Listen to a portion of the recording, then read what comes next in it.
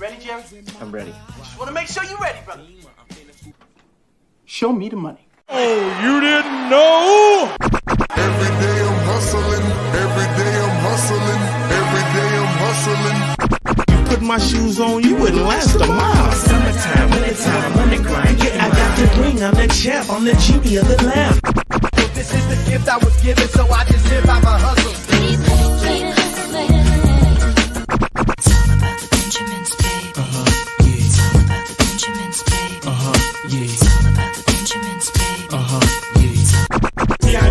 My pocket, it don't make sense, but don't make a profit. So I hustle, ladies and homies. Make money, money. All out here for a pill.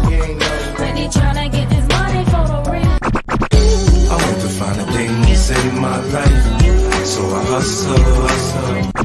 It ain't over for me. No, it ain't over for me. Here comes the money. Here we go. Money talk. Here comes the money. Show me the money!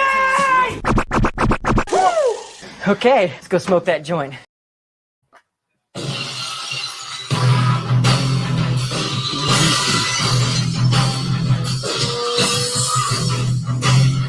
What up? What up? Fantasy Football Hustler back at you. Oh, yeah, we got another live stream. JC Money and Bogart, I'm sure, will be along shortly. Let's see who's up in here. Yeah, the people's champ in the building. Bang, bang, Niner gang. Rams don't want to see us next week.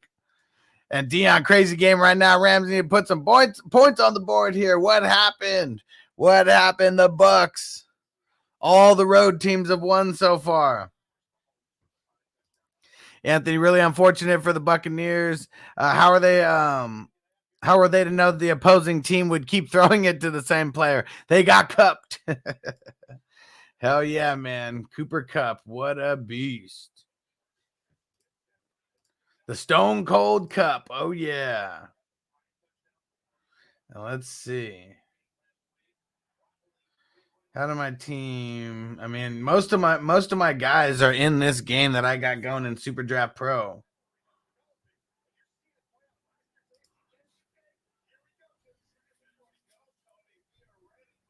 Josh Allen, Patrick Mahomes, hyped up. Anthony, looks like the Rams want another piece. Yeah. Man, this is going to be a fire-ass game. Chiefs versus the Bills. They got cupped and I got depressed. Damn it, Antonio. It's all right. We got dynasty leagues going on. You'll be all right.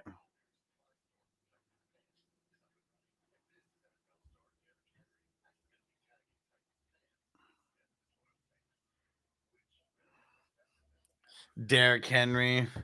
That's why they failed yesterday, because he tagged those Titans pans instead of Titan fans. Man, all the road teams have won so far. Can the Bills complete the road team sweep? That's what I'm so curious to see. Can they do it?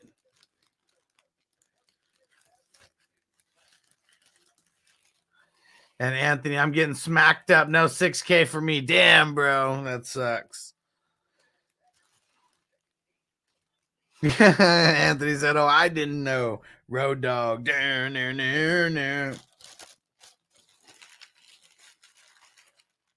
Let's see. Where's my lineup? Yeah, all my players are in this one. Let's see. Yeah, Kupp, 28 points in Super Draft. Akers sucked. 5 points. Should have just played Kupp and that was it.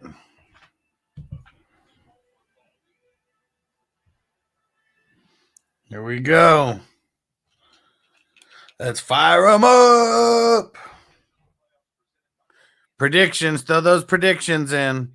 I've been on the Chiefs side of this the whole time. I think the Chiefs edge this out.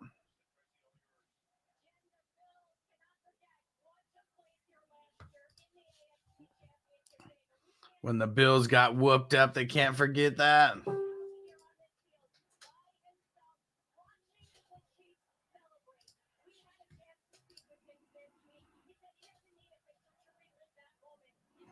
Here we go. Can Diggs actually step it up? Diggs has been doing nothing over these past couple weeks.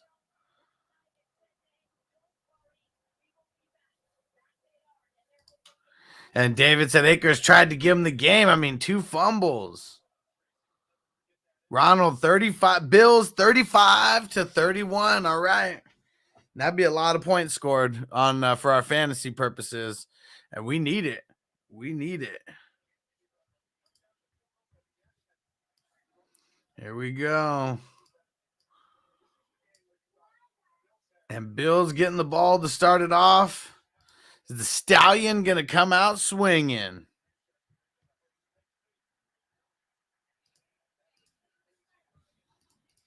Anthony, 31-26. Bills win. Let's see how the Stallion comes out. Definitely needs to come out swinging.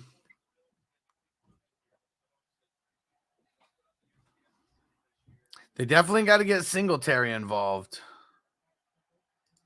Ha, and I didn't see that. David said, Stafford said, not today. You going to learn today. Here we go. The Stallion coming out in the shotgun to start. Here we go. Oh, and just a little flip, little toss to Singletary. I like it. Hell yeah, Devin, that game was a trip. Out of control. Out of control.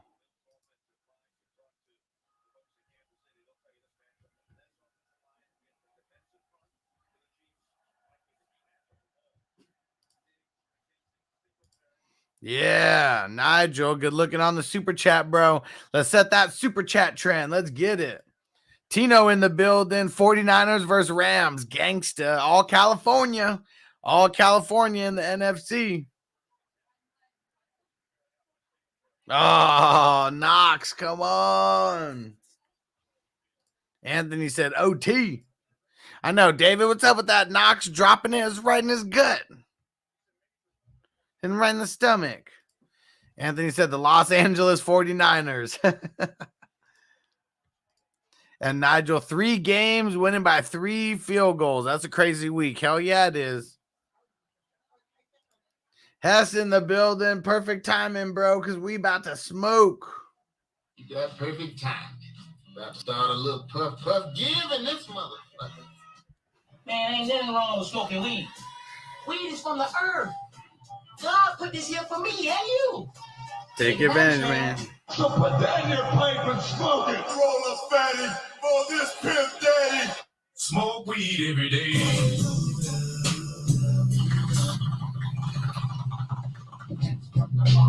Don't give me that shit about it's a drug. It ain't no motherfucking drug. I done the research. It's just a plant. It just grows like that. And if you should happen to set it on fire, there are some effects. 3rd and 9. 3rd and long.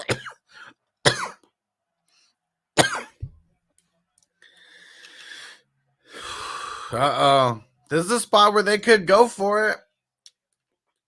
4th down. Antonio said they're going for it. Punting is for losers. Yeah, there's no punting in this game. If you're at midfield, you better go for it. 4th and 2, Madden rules. 4th and 2 or less, go for it.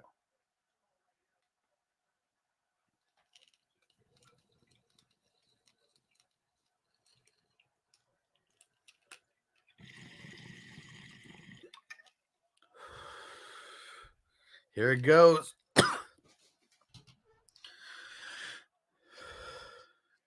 Yeah. Allen doing his shit. Allen doing his shit. 1st down, Allen. Yeah. I'd much rather keep it in Josh Allen's hands than Devin Singletary or McKenzie. Looked like that's who was in the backfield on that play.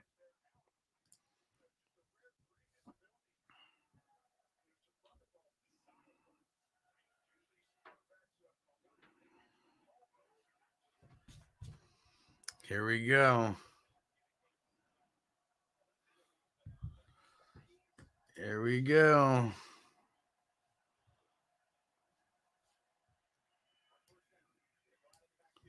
Who's that? Singletary again? Keep giving Singletary the work. The Romo report. And Tino said, I just noticed Allen's a big dude. Oh, yeah. He's big. He's a big boy. All day. All day. And Antonio, the Bills win. It was all going to bet them win and all switched last second to the Bucks. Damn. Singletary making it happen. Making it happen, Captain. He's hyped up. He's hyped up. It's the best Singletary's looked in his career ever. His entire career is the best that he's looked.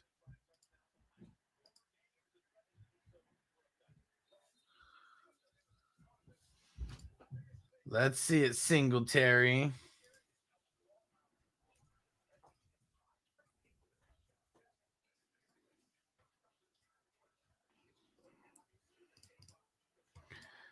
And Buffalo's become, and Nigel says Buffalo's become real. They were missing a running back, but Singletary showed up this playoff push. Yeah, definitely. And he just stiff armed the air. Yeah, what was that? It was like he was pointing at something. I don't even know what that was.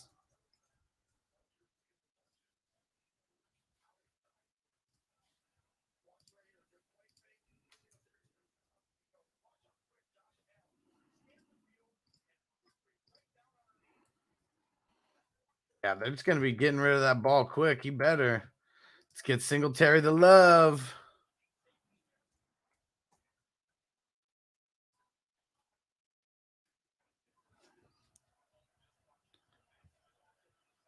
Chiefs catching singles.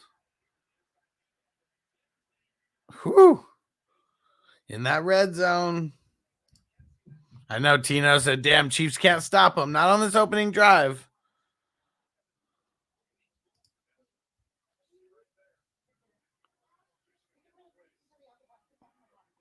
Let's see if the Chiefs buckle down here.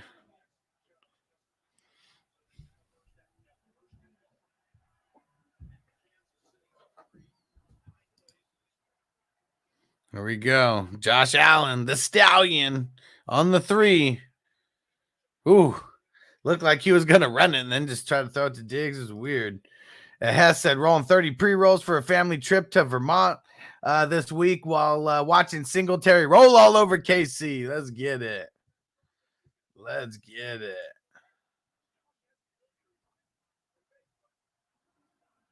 Yeah, I don't know. He didn't set his feet or anything. That was a little weird. That was a weird play.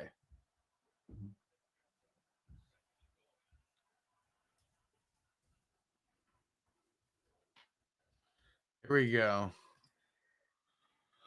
Ooh, Singletary. He's trying to get in there. He's fighting to get in there. He's fighting for it. Yeah, TJ in the building. What up, bro? Ron said, I think Allen's adrenaline is just pumping. Hell yeah. You already know he is. I hope Reed is okay. Dude gets got lit up by the monster. Here we go.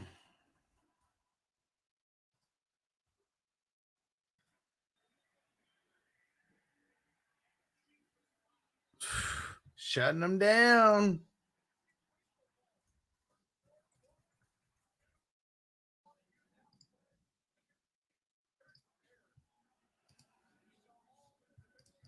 No field goals here. Allen knows he's not a running back, right? And I think today he's got it. He's got that feeling. Uh-oh. Singletary TD, huh?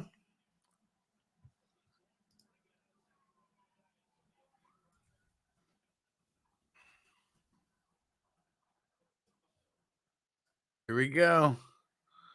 Yeah. Let's go. Let's go, Singletary.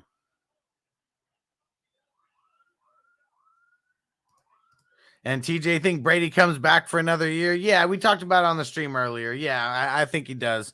There's motivation for him to come back. Tino said, damn, Ronald, love it. Hess, hell yeah, Singletary. Yeah, Brady will die before he retires. Yeah, accurate statement. Accurate statement. Nigel, you demand. Singletary went from 6th, 7th round pick to 2nd, 3rd round pick this year thanks to these playoffs. The Singletary hype's going to be real. But if they keep using them like this, I mean, well worth it.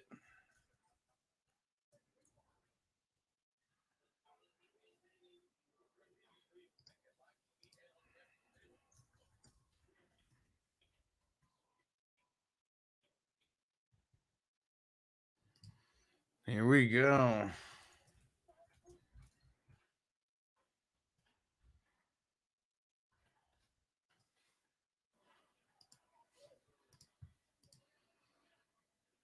Well, yeah, Brady's not ever going to give up. Yeah.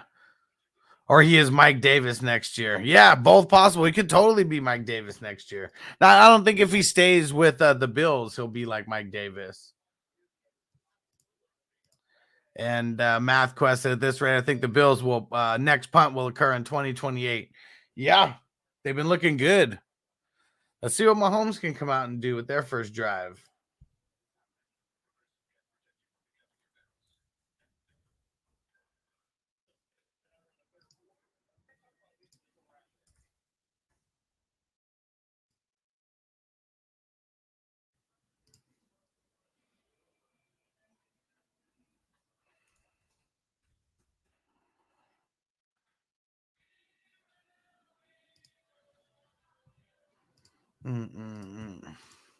I know Tino commercials been falling off. No memorable ones anymore. I know. I was talking about it on the last stream. Like, man, all these commercials are just straight garbage.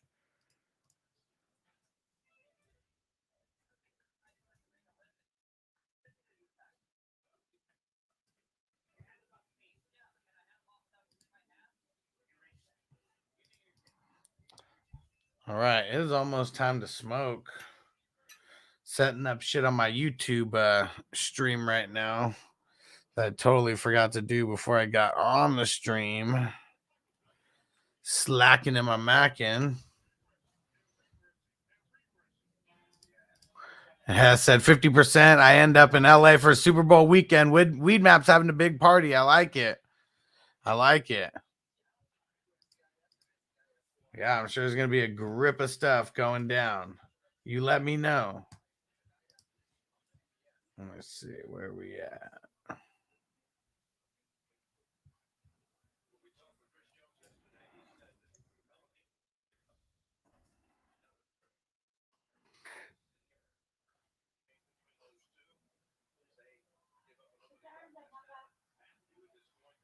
Yeah, what happened? Honey Badger going to the locker room. That ain't good.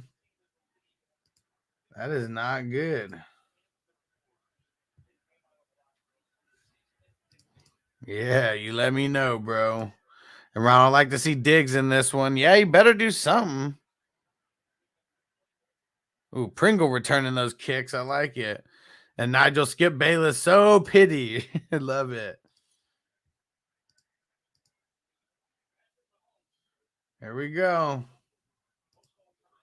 My homies.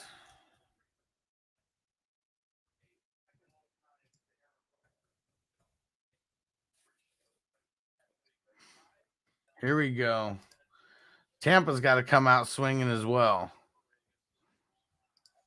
Can't be coming out Tampa. Kansas City's got to come out swinging as well.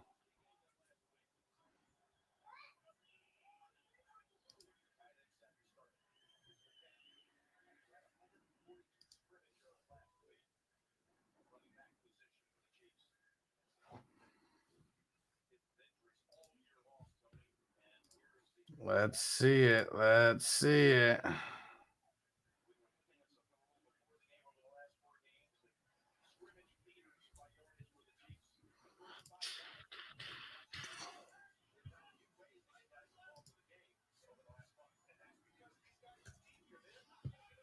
Here we go.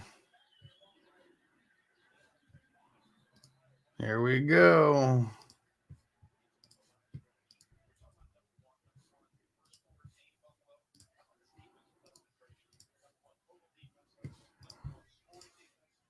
And while they were just like, yo, fuck Williams, we got Jerick McKinnon. Let's see. I mean, it's supposed to be CEH this week. Let's see.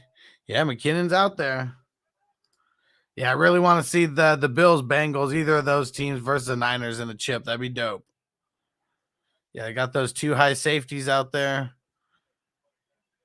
And Bills got probably the best safety tandem in the league.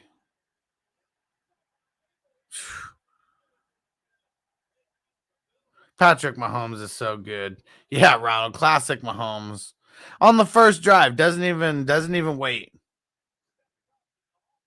Look at that pocket, man. That pocket is breaking down real quick.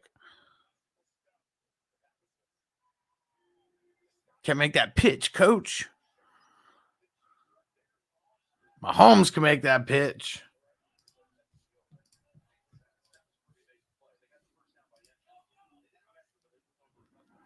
Here we go. Oh, what? Come on. Come on, Kelsey.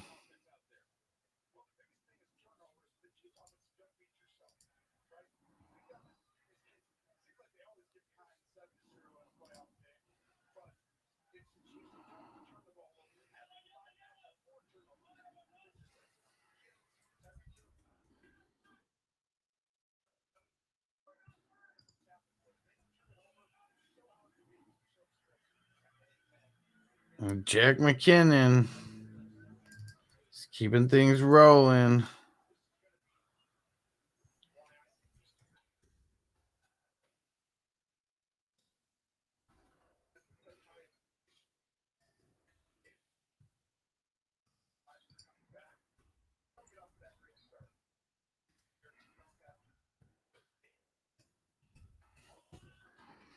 That's it, Chiefs.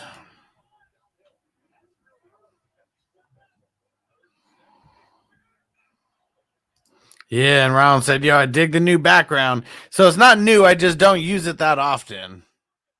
Mahomes, what a beast. What a beast. But yeah, all of this, I designed this whole thing myself. That's 420 somewhere. Put all these little JB pieces over here. Got the posters on the wall up here. Oh, got that clock. You see that dope clock? It's set to 420. Oh, yeah. Man, Mahomes is such a beast.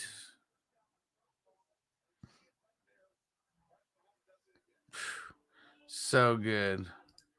Yeah, Mahomes just like, I'll do it myself.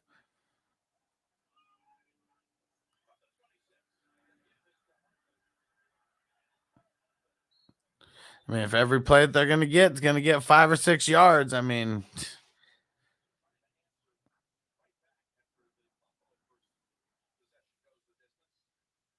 here we go. Just crossed the 420-minute mark in the game. I like it.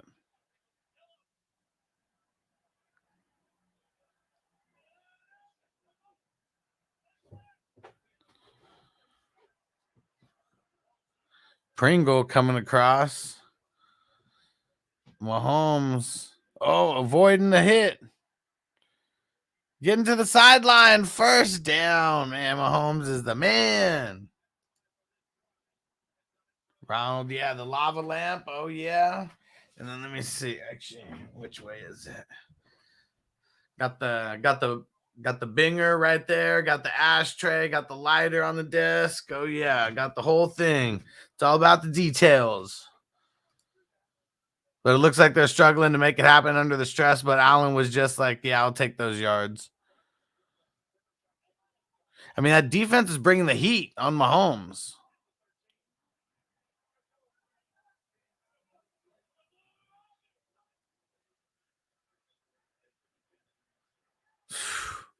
Who'd that go to? Tyreek. Flag. Yeah, Tino's game's about to be a shootout. Hell yeah.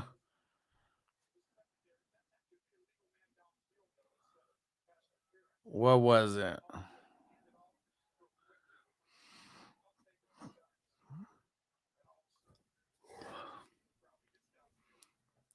What the hell's this flag on?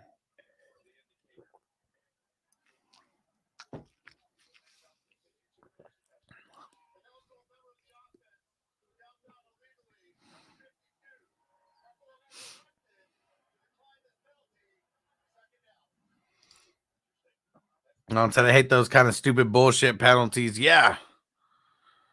So bullshit that Buffalo declined it.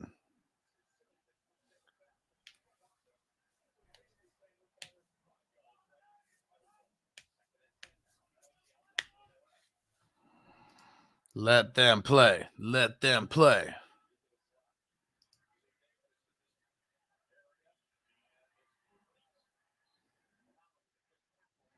Pringle.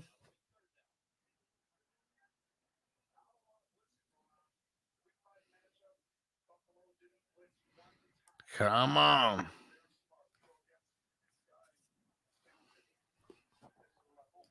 ECW. ECW. Yeah, Mahomes TD. Did he run it in or who'd he throw it to?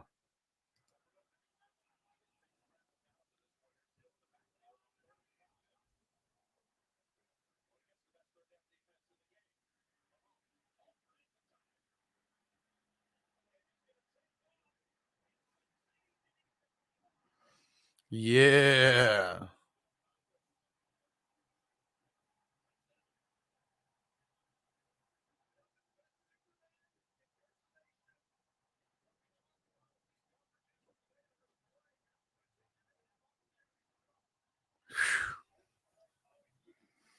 Feet was in, his hand didn't touch, did it? He hit the pylon.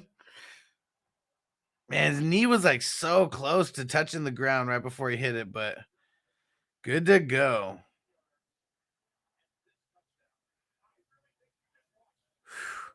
Everyone acting like, I mean, Allen's just like the greatest thing since sliced bread. I mean, man, Mahomes. You got to beat him. You got to beat him first.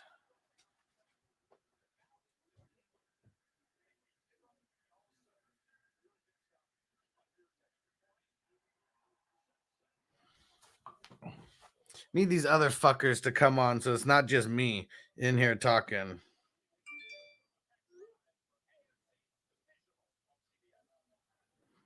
Let's see where these bastards are at.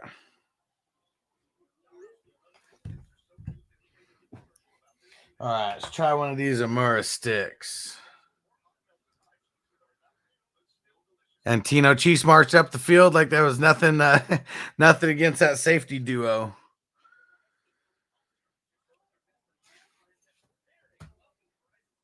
It was like more on the ground than through the air. Here we go. Should have had Holmes at running back. Yeah. Ron, I love me some Allen. Got him 4 years off waivers. Been riding him ever since. He's the man. He's the man. And the people's champ is back in the building. Let's go Niners. Rams is food. Ha. Got some Rams chops next week, huh?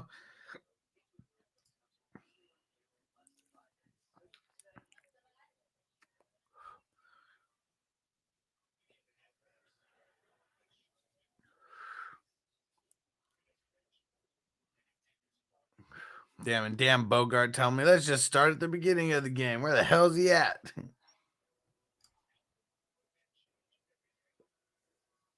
Time for some Diggs action, has said. Oh, yeah.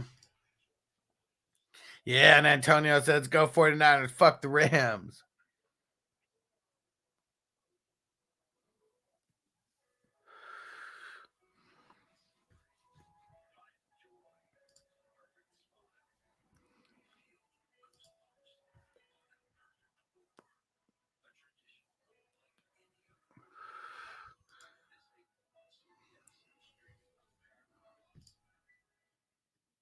Ronald said, yeah, judging by how the Rams tried to give it away, I'll take the 49ers next week. I mean, man, 2 Cam Akers fumbles. I mean, they had the game in hand. I mean, they let the Bucs back in. It was weird, like that bad snap. I mean, that one was weird. Gay missing that kick. That was weird. And the people's champs, they just have to stop one man, Cup. Easier said than done, my friend. Easier said than done.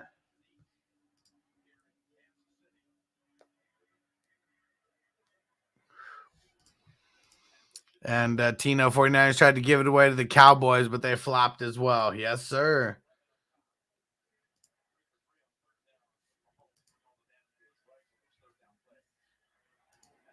Yeah, around it was 23. It was 27-3, and then they won 30-27. Yeah, that was pretty ridiculous. Cheers, bud. And Nigel Weird as in it was rigged. Yeah, like some mob shit. Yeah. There, it looks like our boy's going to start missing some kicks.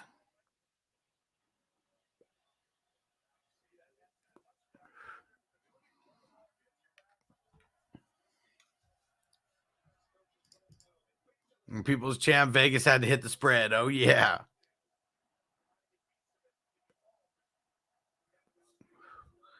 Let's see it, Stallion.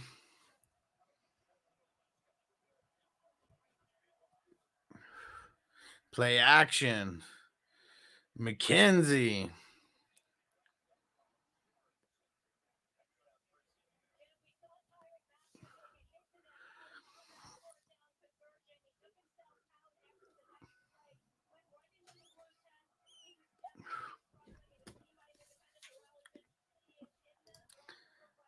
Biggest complainer, Rams going to destroy the 49ers. Seriously, 49ers, what an awful team, but with amazing coaching.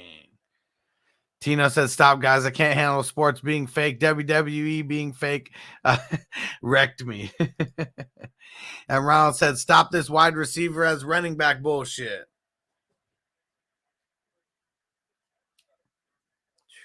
Hits the spot.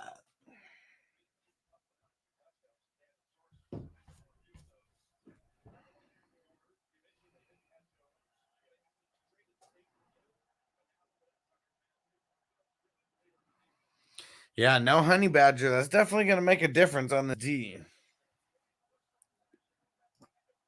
And Ronald said someone's going to get hurt. If you can catch them. Diggs getting the first.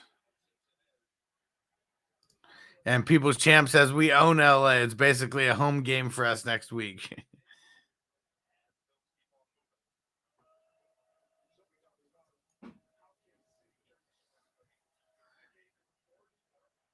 First and 10. Let's see it, Allen. Let's see it, Stallion.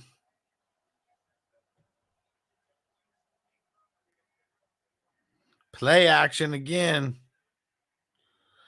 Nice and easy to Knox, but yard or two. And Willie Gay is out there. Just saw him run by on that last play.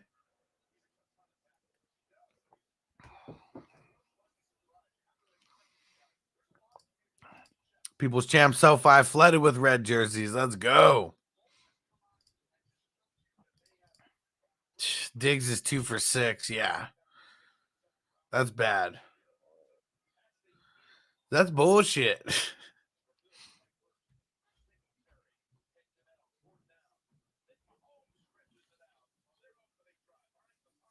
We just got to see some more points being scored.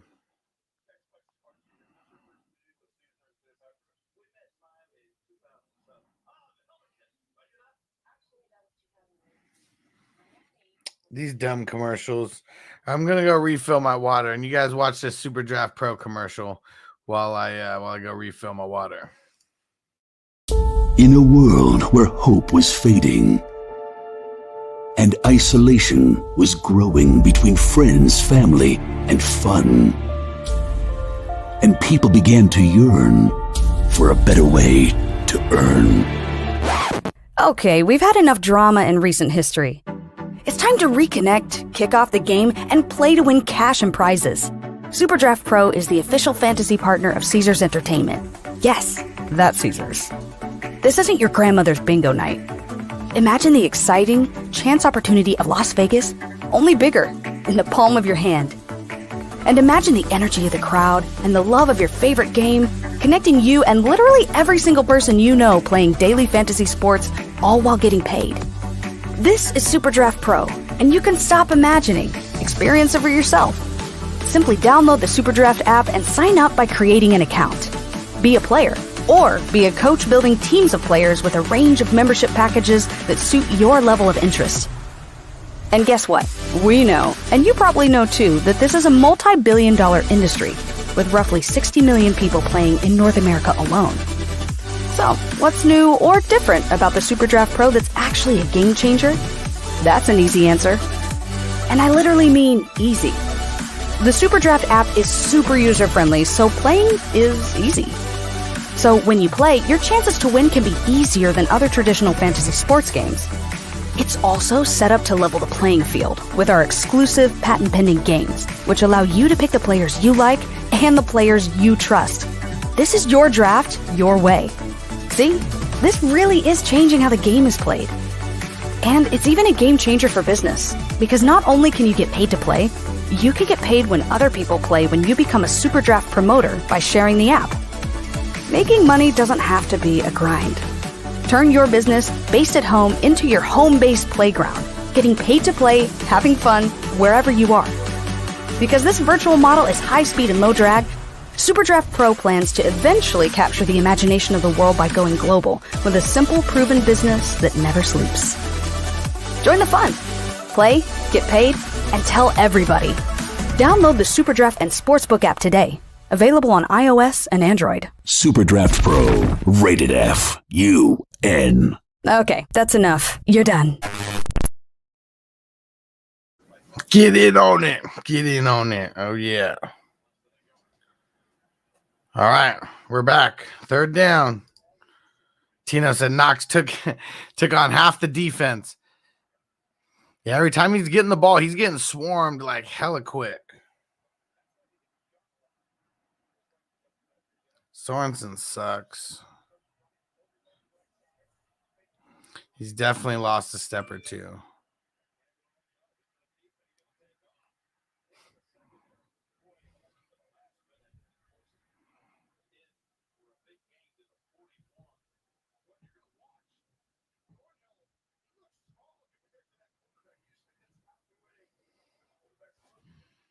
Josh Allen knows he's got to put the team on his back.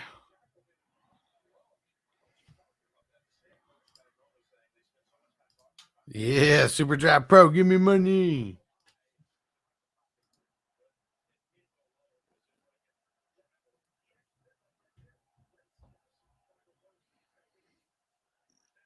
Play action, throw in. We're 41. Breida. Gollum.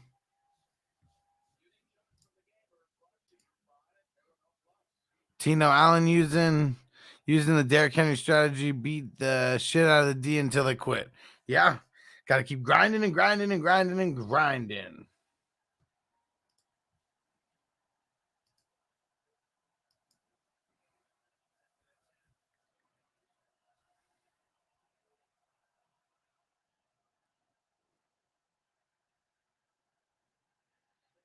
What happened there?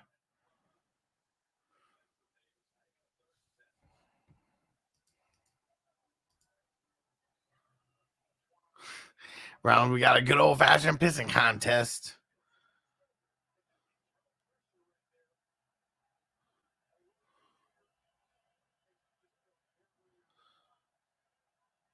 Let's see. 3rd and 10. Big play.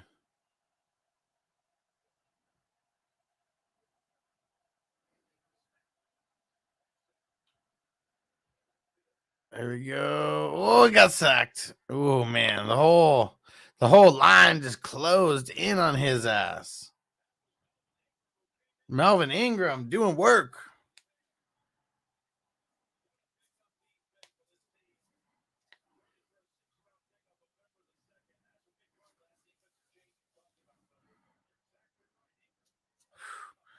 Stop for the Chiefs. See if the Bills can return the favor and keep the game tied.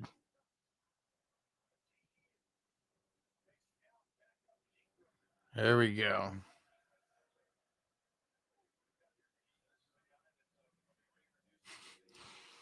Amron says the highest I've ever seen you.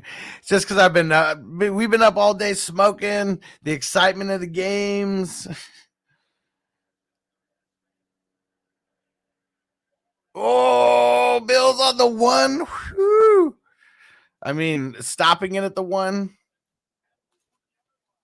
And we could go higher. What it is now is like these lights.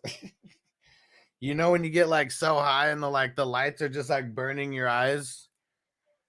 That's what's like happening. These lights are like burning my eyes. Gotta throw on the Lokes.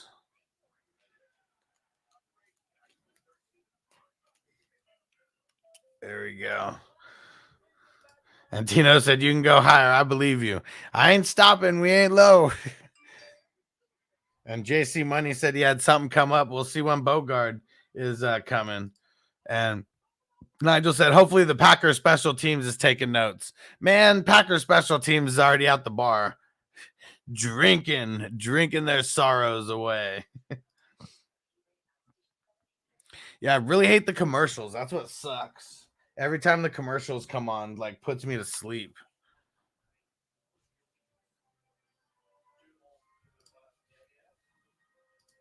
Yeah, we need to get some more money in Super Draft Pro.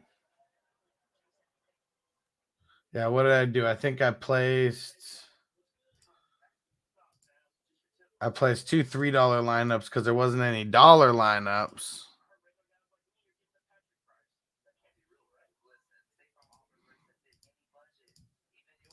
And Rollins said, I know when either it's feeling like you're floating on your seat or the walls are starting to breathe. Yeah, definitely floating in my seat right now. Just you see me doing this just because I'm floating.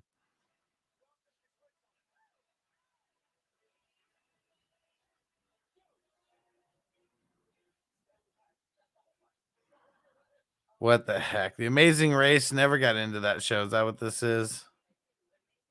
Yeah, never got into that shit.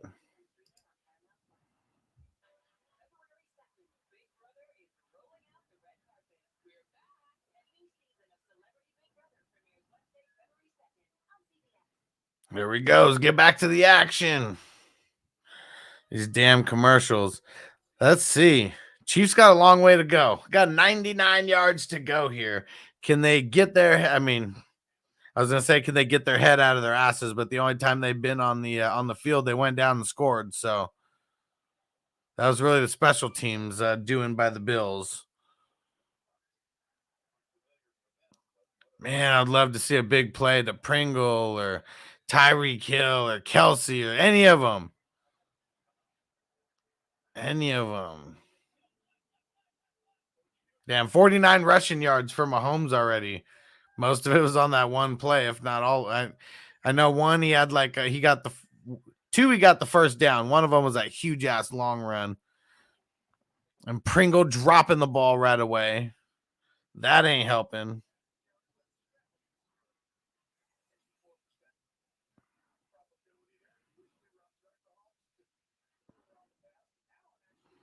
Man, Allen and Mahomes are just so good. Number 1 and 2 dynasty QBs, hands down.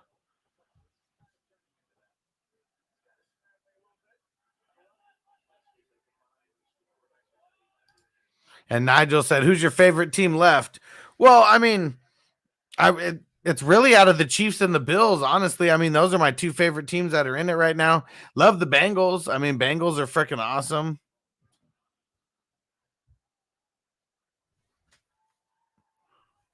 But yeah, I mean, because I'm more into like fantasy football versus like the reality of football. And so, I mean, just the QBs, Mahomes, Patrick, Burrow. I mean, those are like top 3 dynasty QBs right there. It's fucking awesome.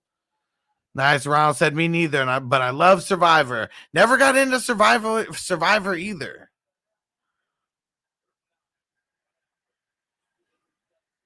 Third and 9 to Kelsey and nothing. 3 and out.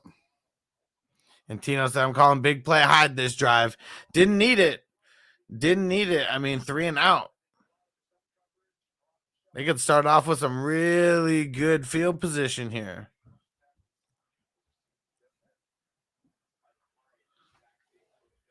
Uh-oh, Micah Hyde returning punts now.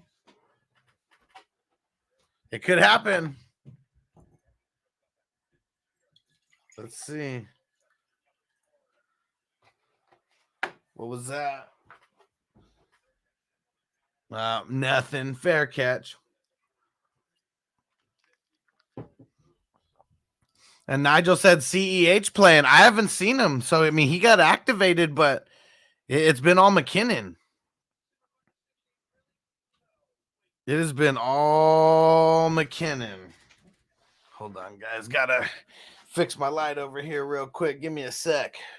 It's been all McKinnon, no CEH. I mean, when did they activate CEH off of IR? Was it Thursday or Friday? So, I mean, I know he hasn't been getting he didn't get a crazy amount of practice in, you know, like, because when you're on IR, you can only like practice so much. You can't get in like the real like full goes. Yeah, so it's like the exact opposite for Lenny, because Lenny came out swinging.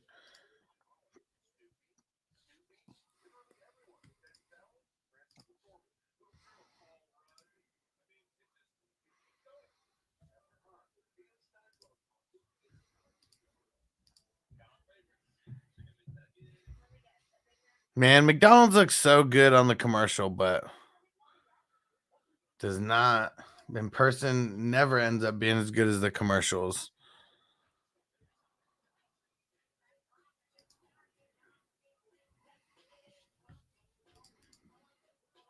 And Tino said CEH is mid. What do you mean mid?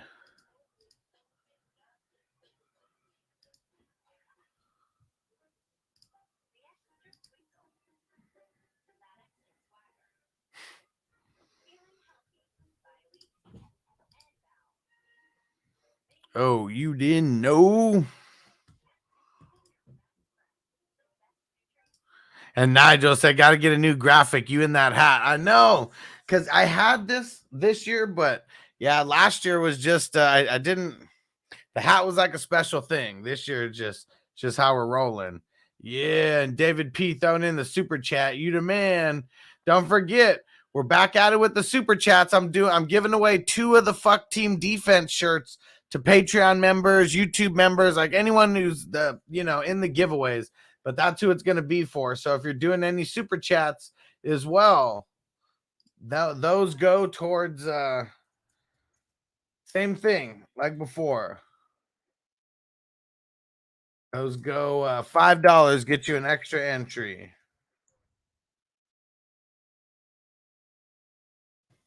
All right, Alan. Yeah.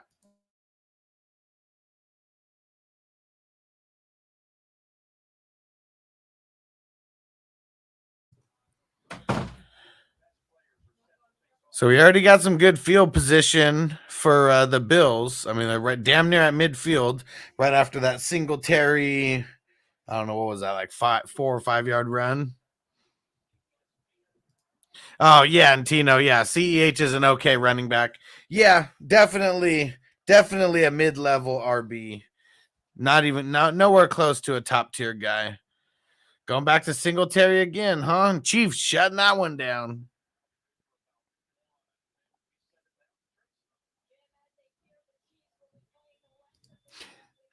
And Ronald said McDonald's is like a sham burger. They make you happy, and then after you just feel bloated and sad or tired. Ooh, Honey Badger officially out. I couldn't tell if it was a concussion, but I know they said head injury. Someone else is hurt. Damn, more commercials. And Dallas 500 said Jeffy Toby Fortnite. And Ron said, if anyone says anything, just be like, it's Flick. Yeah, it's Flick Team Defense. And they'll be like, like, who has a dirty mind? Yeah, savage. And Nigel drafted CEH this year in the second round. Where do you think he goes next year? 4th or 5th round. I mean, he's dropping. He's probably not even going to be drafted in the top 20 running backs this year.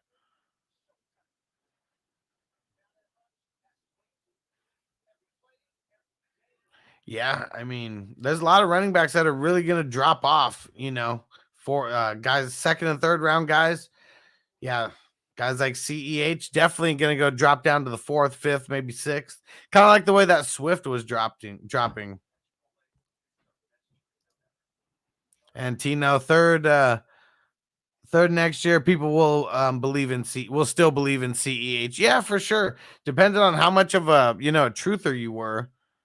I was never really a CEH truther. I mean, I drafted him on 1 or 2 teams in his rookie year, and it kind of screwed me. I think I might have drafted him on only 1 team out of my 40-something teams, including best ball that I drafted this year. So yeah, next year I doubt I'll have him anywhere. No, and Ronald said not the 2nd. Well, no, last year he was saying 2nd, 3rd round last year. And yeah, 5th through 7th for sure. Yeah, he should be a 5th round guy. Yeah. At least. I doubt anybody would draft him before the 5th round. He just keeps getting hurt every year. And then when he's playing, he's not really producing.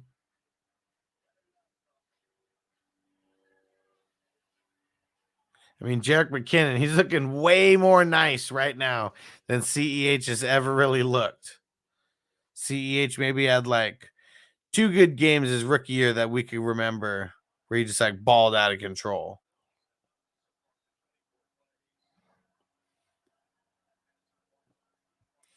Here we go. Let's see if they can convert on this 3rd and 2.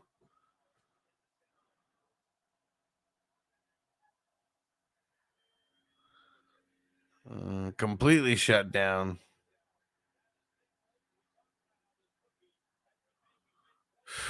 Yeah, Nick Bolton, such a beast.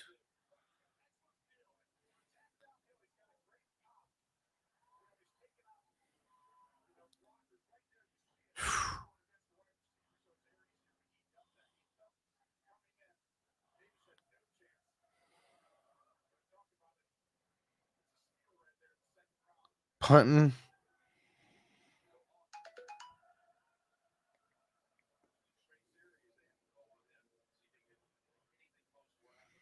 Man, how long has it been since Buffalo had to punt?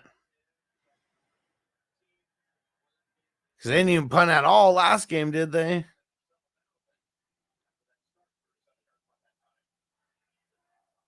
Now we got my homies coming out. And Ronald said this game feels like it's going super slow. It is. I mean, the first 2 drives, damn, it's going so slow. I totally missed 420 9 minutes ago. Let me see. We'll get it rolling. Sir Bong's a lot. Right in time. Baby. That bong, bong, bong, bong. Like 12 blunt. Ooh, token in the park too. Best of all is that bong, bong, bong, bong, bong, bong.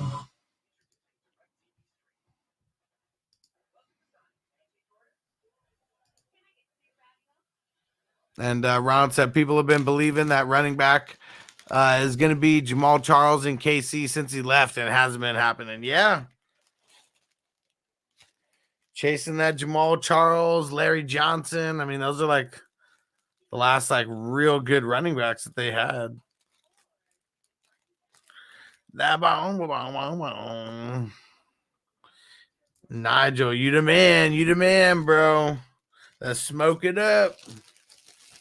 All right, fire him up. That bong.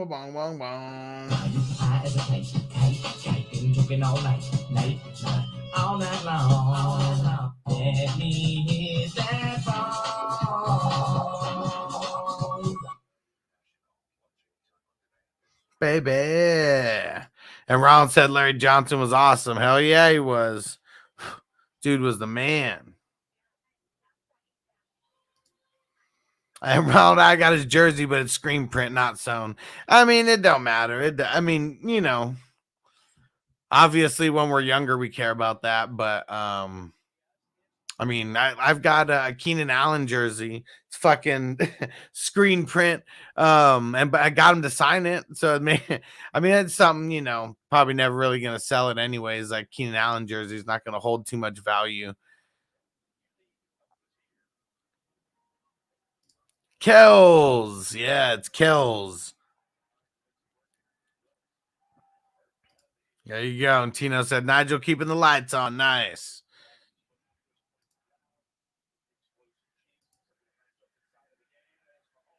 There we go. There's the Kells. Nice one. And Ronald says sometimes they wear the screen print just because they're more comfy. They really are. They really are. That's funny. CEH is in there and then play action. Ding, ding, ding. Like Tony Romo says. That was too easy.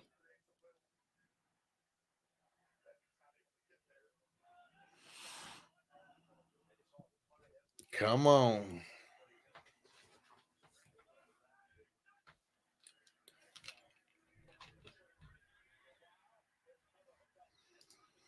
No, David, have you heard that? Bogart's talked about it a bunch where Kelsey's come out and says it's not Kelsey, it's Kells. So it's actually like, I mean, the way that he says to pronounce it is the way that you spelt it before, Kells. He says that we all say it wrong when we say Kelsey.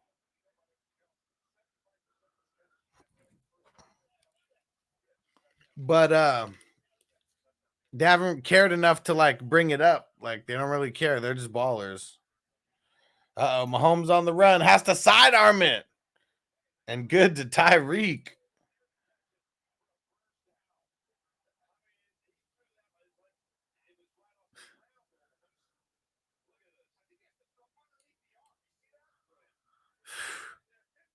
Mahomes is the man.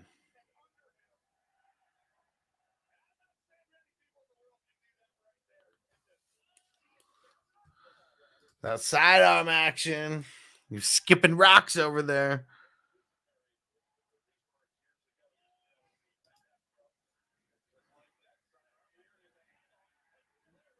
CEH finally. And Tino said that sidearm throw by Mahomes is top tier skills. Hell yeah, man. Just to get it just barely under the defender's arms. Yeah, damn right, Anthony. Tom Brady can't make that throw. Hell no.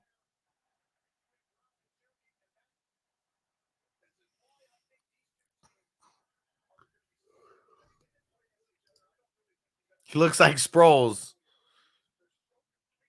I mean, a lot bigger than Sproles, but he looks like he's got those like super quick legs like Sproles.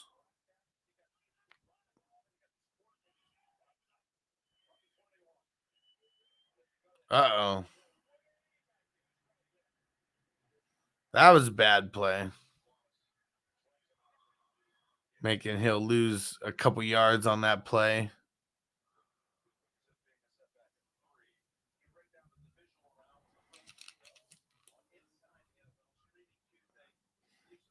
Come on.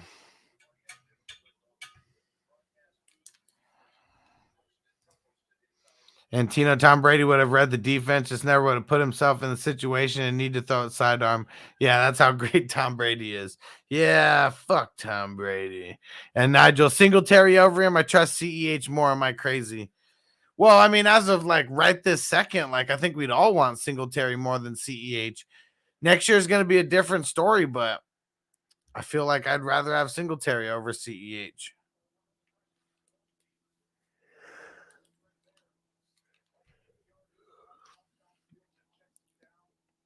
But now they're just steadily going to CEH, though. And Ronald said, how big is he? He said, not huge. I mean, Sproles, yeah, it was like 5'7". Let's see.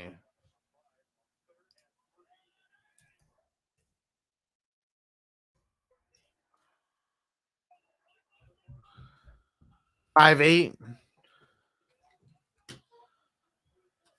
5'8" is CEH. And let's see how. Man, McKinnon lowering his shoulder. Let's see how big Darren Sproles is. 5'6", so 2 inches. Oh, yeah, the 5-time champ in the building. Bogart made it. Can you dig it, sucker? Sucker!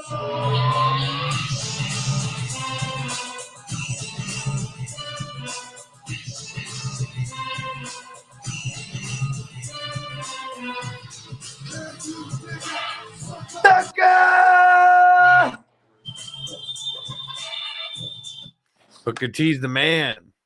Hey, how you doing? What up? Doing good. This is it's everything I've asked for so far. I would like to see more scoring. Yeah, but I also like the under on this game. They priced it up too high, 54 points. I mean, the last time they played, there was like 58 points total. Yeah. Yeah. But that also is like a reverse jinx lightweight because I didn't take the under on this game. Yeah.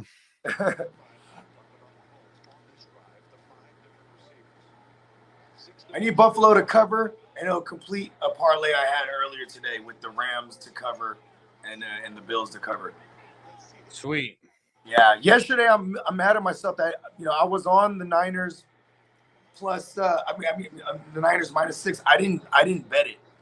You know what I mean? But telling everyone all week, if you really wanted to get some good money here, parlay the Bengals and the Niners against the spread.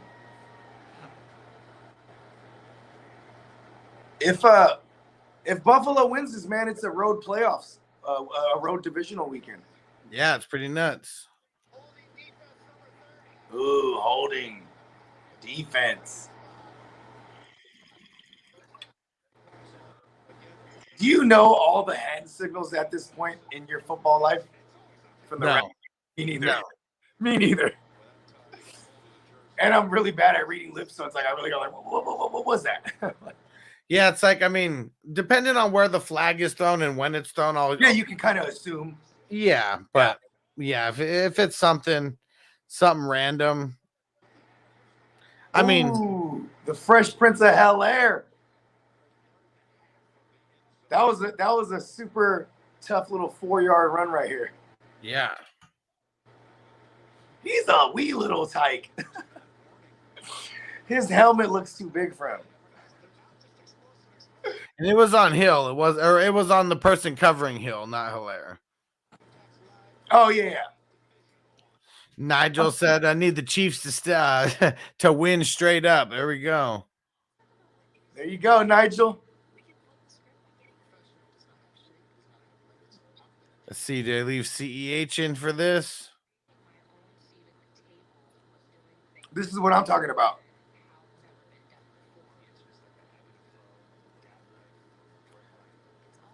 It's so funny when you see CH run and then you see him walk around like the guys, like you just see how small as fuck he is. Yeah. That's like me, but he has like 30 pounds on me. Yeah. You know what I mean? He's shorter than me too. Actually, no, he's 5'7". 5'8", maybe. Yeah, they have him listed as 5'8".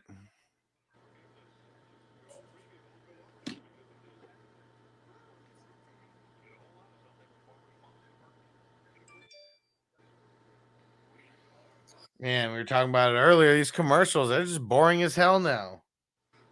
I mean, it's so funny because it's only the Thursday games, the Monday games, and the Sunday night games I'm seeing commercials because I stay watching Red Zone. Yeah, me too. That guy, Scott Hansen's like, that's my boy, bro. Somehow I want to bring him on the podcast. He probably would do it. Yep. That'd be hilarious. And Ronald said 5'8" is super short in football, not in the real world. Yeah, in the real world, it's crazy because, a lot of these actors and stuff, when we see them on screen and they look huge, but then they're like 5'5" in real life, it's it's crazy. It puts things into perspective. And then you got guys like Vince Vaughn, who's like 6'4". You know what I mean? Just like. No, what is it? Tom Cruise, bruh. Oh, yeah. He was married to Nicole Kidman. She was taller than him. She ain't nothing but like 5'8". Yeah. And he would make her wear like crazy ass heels back in the day. So it just looks like she's really taller than him. Not like, because if she just stands up regularly, she was taller than him. You know what I mean? Yep. And I think I could whoop Tom Cruise's ass. probably. I don't give a fuck if you're Mission Impossible, bruh. Yeah. His foot's about to self-destruct off in his ass. Those tricks ain't working out here, I'll tell you that much. But you think that's why the Vin Diesel and The Rock started beefing? Well, I mean, you can't teach size. Yeah. And like, Hold on. And you can't teach that. Yeah. Hey, no, but real talk, like, and you know what's crazy is like Vin Diesel made a career of people thinking he's a big dude. Oh yeah. You know what I mean? I bet you The Rock, when they first started doing script reads, I bet you the first thing The Rock said was like, "Hey man, he's not even that big, right?" As a little guy, he probably went like this to his head. "Hey man, hey, how you doing, Vin?" Like Vin Diesel is probably like the leader of like the short man crew that they got in Hollywood. Touchdown. It's like Vin Diesel, like DMX used to be in there, R.I.P. Cat Williams, but like all those guys who are like, maybe 5'5", like if you stretch it, if you got some thick shoes on. I mean, Little John is taller than those guys. He's like 5'7", 5'8". Cat Williams. Remember, Cat Williams was taller than Little John on his. Yeah. Well, what is Cat Williams, like 5'9"? Like 5'4" or something like that. Let's see. Pringle. Yeah, you seen that? Yeah, I got Pringle in a couple lineups. I have him in my. I don't have him in any of my Super Draft Pros, man. He's the guy over there. He's the number 2 option outside of Hill now. Yeah. In the receivers, at least. Yeah. Let's see how big Cat Williams is. 5'5". See? And when I met, look at Little John.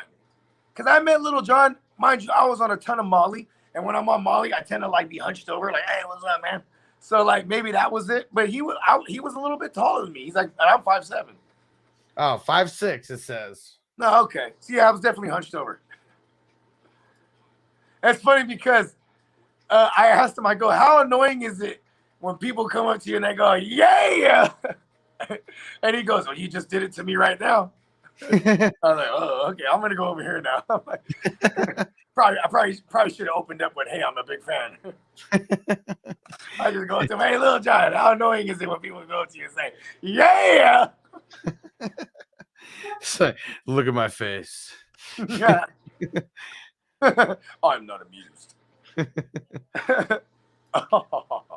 that was funny though when Chappelle would do Little John. Yeah. Yeah. Yeah. You get all fucking intellectual. He's like, I masturbate. He's like, I sit on my head until it falls asleep, and then I call it the stranger. And I wonder, where'd that come from first? Because I remember hearing that in what's it called? In Gone in 60 Seconds. Remember, it was Tumblr. Well, you know what? The Little John didn't come until the second season. I want to say that was 2001. Yeah. So, yeah. And I mean, I know I was a freshman.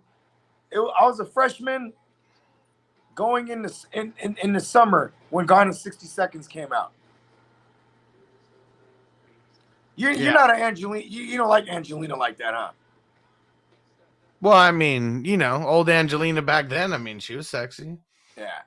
I'll take 46-year-old Angelina right now. Yeah. I mean, yeah. Will she have me? That's the question.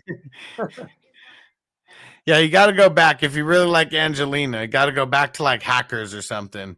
Just when, I don't know how many Original movies. Sin? She was like in the early 2000s when she had her little run.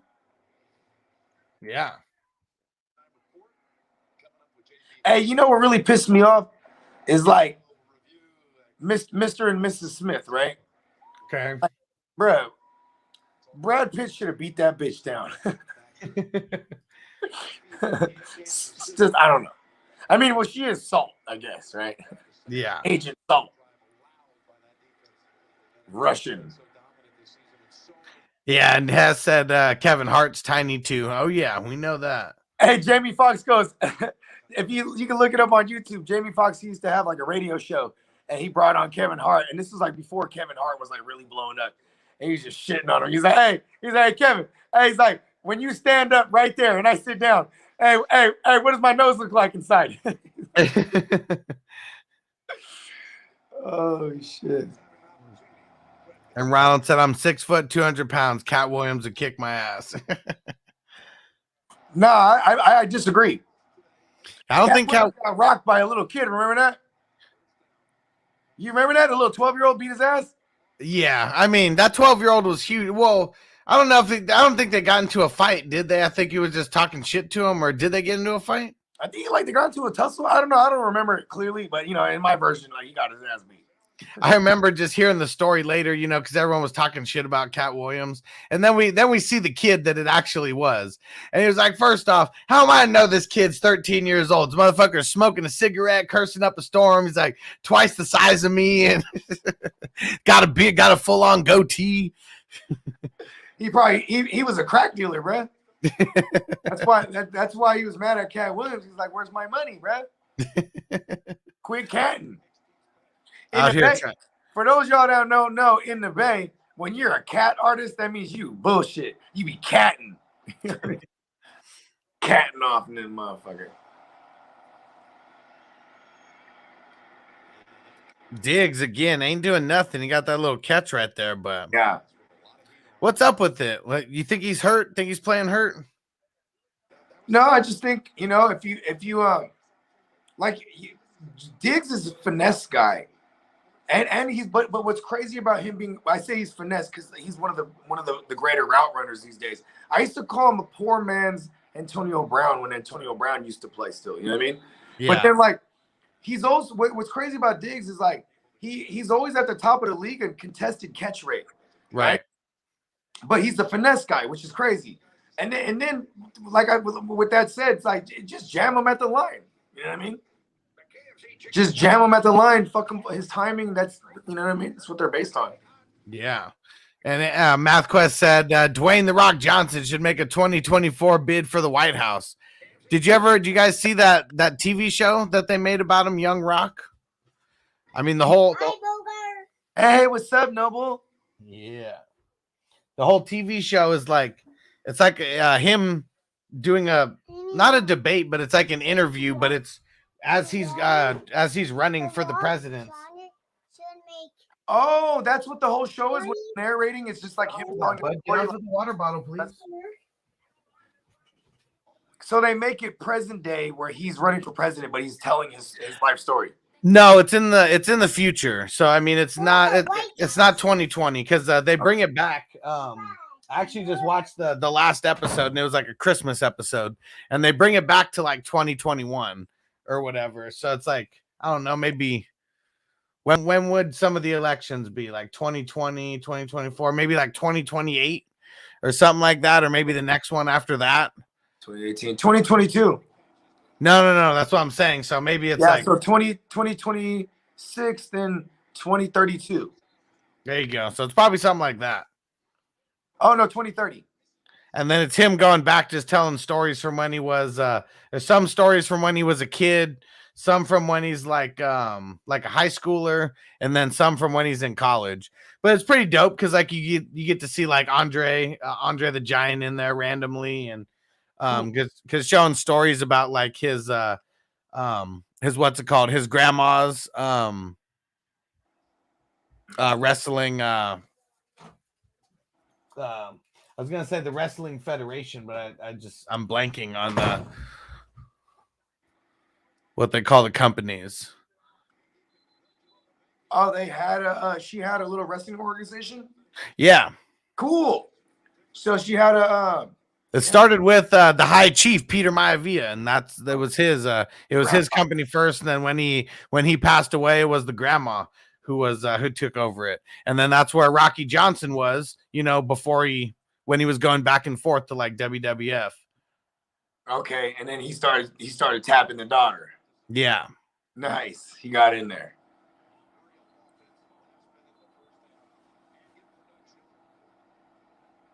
But yeah, they show a little bit of everything.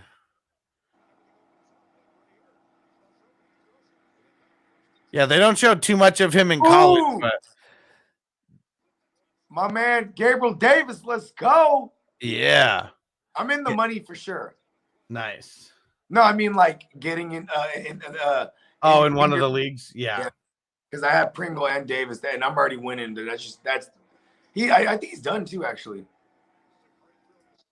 Shout out to Devin.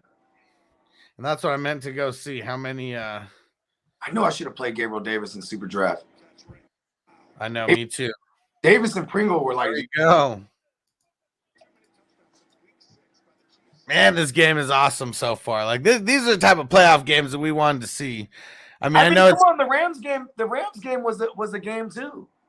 I mean, in the end, in the fourth quarter, it was. Yeah, you're right.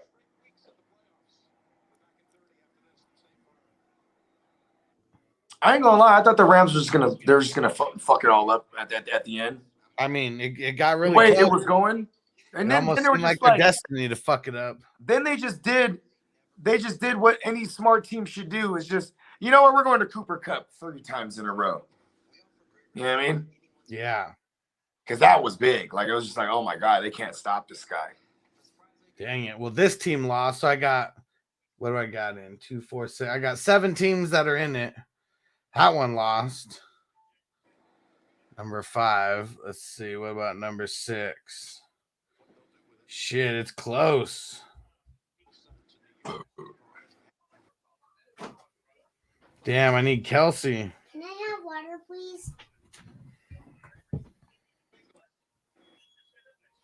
I need Kelsey to do something. I'm down by 2 points. And he's got Dawson Knox. Is Boca on there? Yeah, he's right there.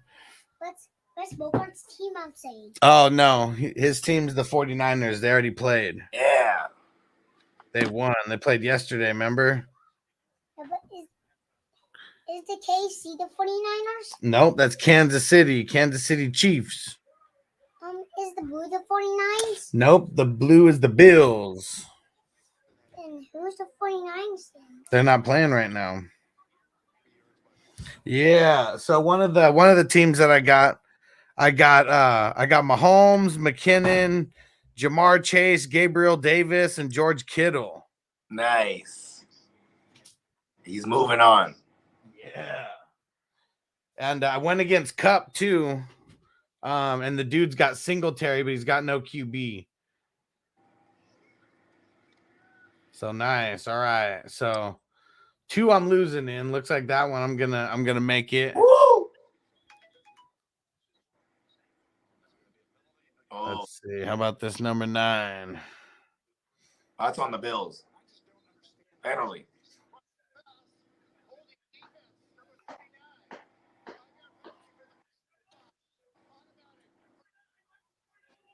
Huh. I don't know what happened. So in one of these, they're not giving Gabriel Davis the points, and then I haven't given Josh Allen the points either. That's weird. You gotta refresh it. But I got Josh Allen, and he's got Gabe Davis. So that's weird. Yeah. Might need to refresh it, maybe. Yeah. That one looks like it's gonna. That one's gonna come down to the wire. And Ron said, "I hate the exact conversation with my daughter at the same." I had the exact same conversation with my daughter at the start of the Rams game. Yeah, because Noble just sees colors. Like the red team, they're the good team because he likes red. Yeah. He sees the red. He sees the little red trim on the Bills. He's like, oh, okay. The Bills do got an ill uniform where they're all red. Yeah. Yeah. I always liked the Chiefs too when they used to wear the red on red. Yeah. There we go. Tyreek. And I got him in a handful of lineups. Woo. Are you ahead of me? He just threw it to Tyreek. Yeah. I just saw that right now.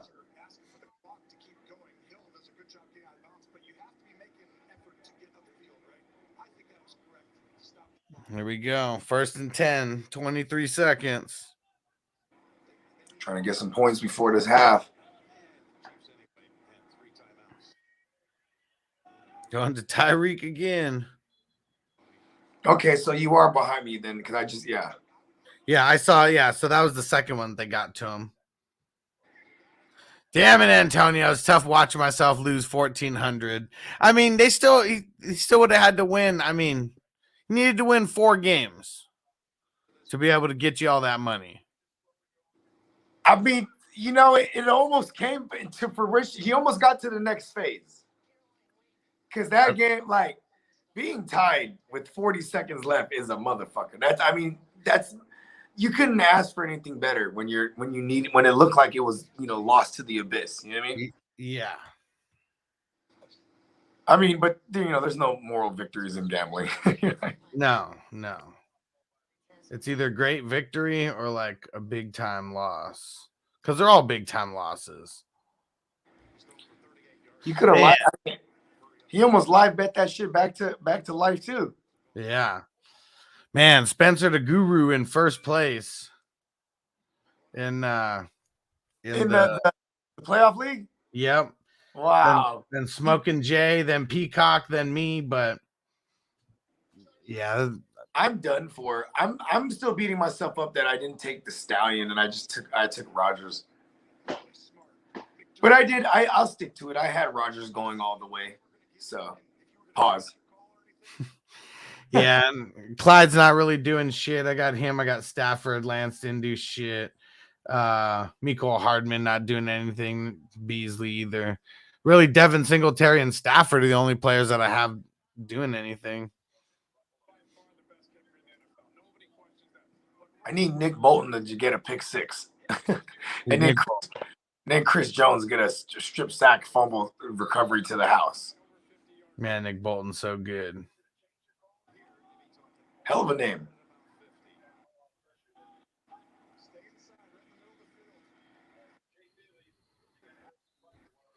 If I was Nick Bolton and I had a son, I'd name him Lightning Bolton. Wouldn't you? I mean, that'd be the way to go. It's right there in your face. And then they named him Nick.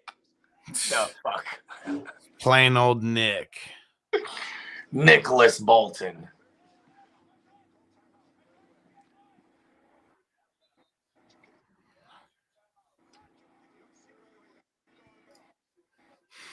And rounds and not me, Bogart had the 49ers in the Super Bowl from the get-go. Let's go. I like your version. See, I have been vetted since the Super Bowl loss to the Ravens, where before that Super Bowl, my Niners get there and we never lose. So that's why I hate Jim Harbaugh, right? He brought us he brought us success, but a lot of big heartache.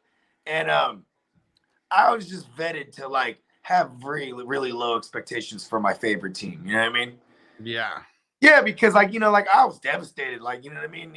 Just like even the year that we lost to the Chiefs, you know what I mean? Like me and one of my best friends, we were season ticket holders, and we got that motherfucker every game. And like, while everyone's like, it was week 3. We beat the Steelers, and everyone's walking out of the stadium, and they're yelling 3-0, 3-0, 3-0. And then me and my man was just walking like, all right, we're undefeated right now. You know what I mean? Let's just see how long it lasts. You know what I mean? Just being extremely level-headed. And like, but by the time we got to the NFC Championship and we were going to Miami, bro, it was like, bro, I was elated. Like, I was full arrogant. Like, we're going to kill them. They don't stand a chance. And then through three and a half quarters of the game, I was yelling that. Sir Bong's a lot. You're a savage. He said, call the cops because I just murdered a whole family of Chips Ahoy. Lock me up. Hey, listen, is it the blue bag or the blue or the soft joints? Because I fuck with the blue. And because those are the only cookies. That's milk and cookies to me.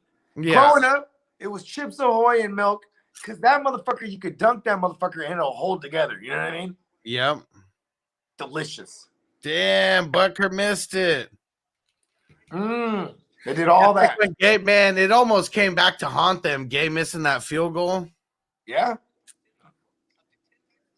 I mean, not only because, I mean, it immediately haunted them because they gave them field position, and then they go ahead and they score on that drive.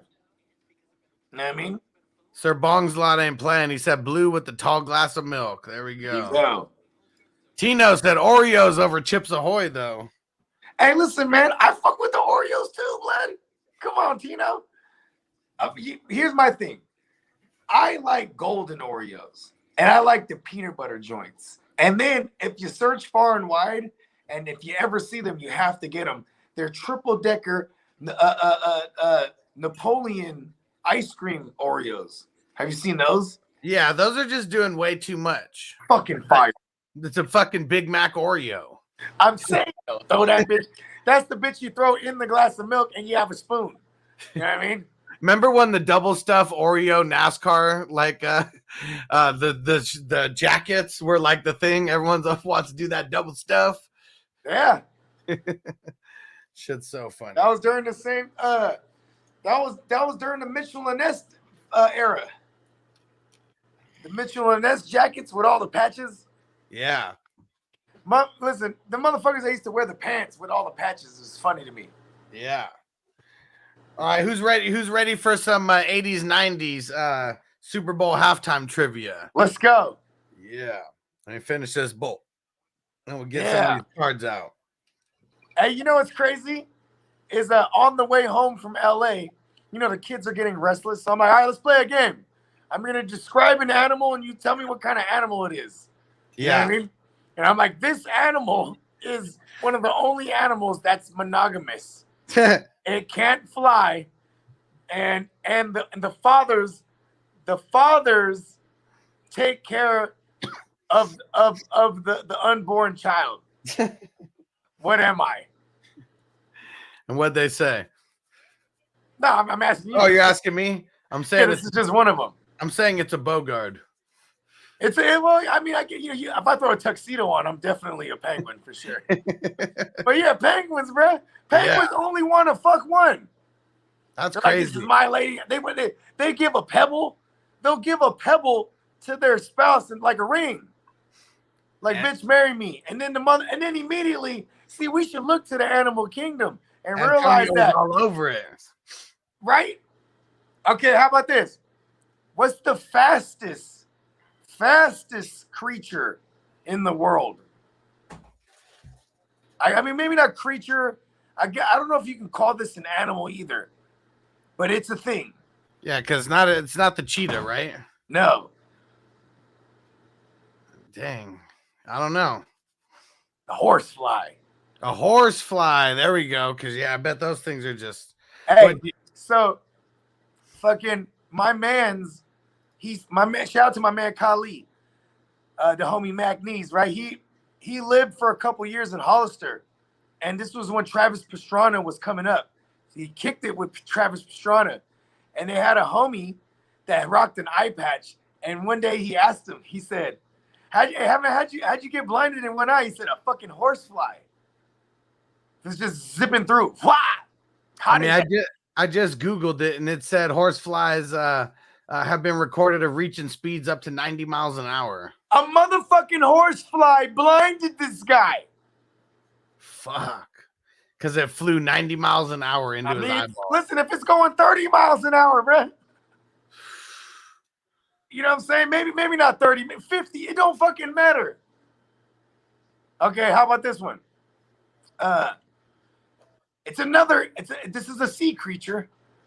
And this creature is named after a land animal and is also able to reproduce without the female. What am I? I might have slaughtered that last part, but I'm pretty sure I'm right. Seahorse? There you go. 10 points. Yeah. And it's funny because like I remember I have like 50 of these for no reason. I just know hella shit, right? And my girl goes, how the fuck do you know so much about animals? And I just realized how much I love Ace Ventura. You know what I mean? All right, here we go. 80s, 90s trivia. Let's go. Starting off with a sports question. Who was matched against Michael Jordan in the 1993 NBA Finals? Okay, no, the Pistons beat them because they're in the East. Oh, And the then Rockets. The Rockets. Ah! Oh, is it Magic? No. They. Okay, hold on here. Damn, I'm not the basketball guy. Fuck. And it asks for the specific player, and it's actually multiple choice, but I figured you'd easily get it if I gave the multiple choice. So it's Charles Barkley, Magic Johnson, or Billy Cunningham. Uh-oh, bogey in the Matrix. It's the Suns. It's Charles Barkley. Yeah, and Chris said I came in during a very important convo. Hell yeah. All right, let me see. These ones are super easy. Let me see. Let's get to the next one here.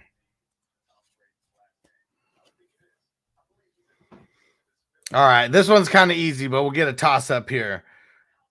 What was the first movie in the Rambo series? When? What was the first movie in the Rambo series? Was it Out for Blood? Pretty close, though. I'm not really versed in the Rambo universe, man. I know Rockies. Yeah. It's there we go. First Blood? First Strike? Blood. First Blood. Yeah! I'm so happy I knew that. I knew it was something like blood, Out for Blood. Fuck. And then I said First Strike. First Blood. Let's go, Blood. Here we go. Here's a good one. There we go. Tino was on it. Sir Bongs a lot was on it. This one's just for us. What wrestler was known for wearing face paint and tying ribbons around his arms? All of them. Nah, this is Ultimate Warrior, bruh. Yep. Taking the ropes. The motherfucker only got 2 moves. He got 2 moves, and like his backstory was hilarious. He would get up there and just right because he's clearing all the cocaine he did, right? He's like, and he's from whatever planet he was from. Whoa, I might have snorted up like some coke that was up there from like 2019. And Tino said Ultimate Warrior. And Antonio, he said I was going to say Doink the Clown.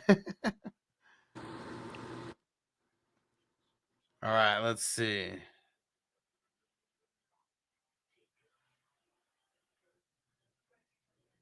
Okay, here's one. Here's a pop culture question.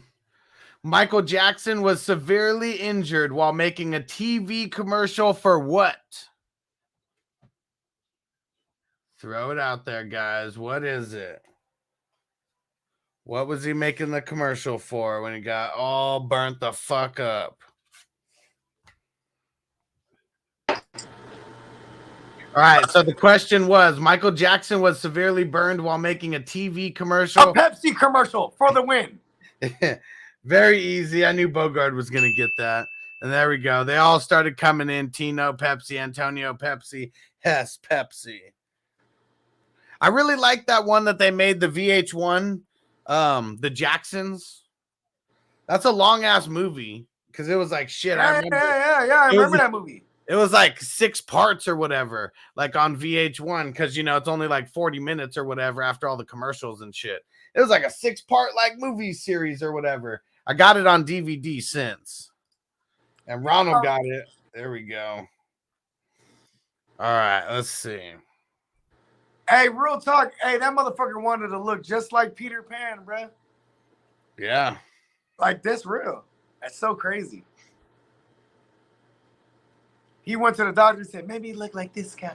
He's like, oh, Peter Pan? This one's funny. We'll all know this one. What was the trendy drug of choice in the 80s? Cocaine. Crack. Cocaine. Yeah, okay. Oh, wait, hold on. I'm trying to switch real quick. Cocaine is a hell of a drug. All right, here we go. Hey, he was locking bitches up and keeping them on a cocaine diet and sex. It was like their diet was cocaine and dick. He was like, "Look, bitches, you're going nowhere." All right, and No what one had year? sex with Charlie before. What year did Tiger Woods become a professional golfer? 1994, 95, 96. I should have went straight to the Bad Boy song, the Bad Boy video. Yeah. Remember, he was like, Ronald got it right on the first one.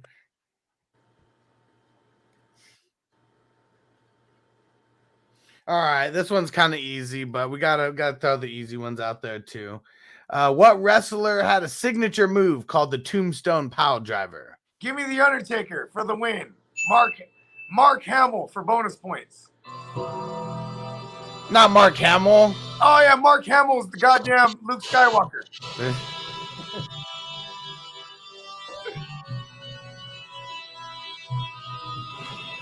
Hey, you know, when an Undertaker dies, right?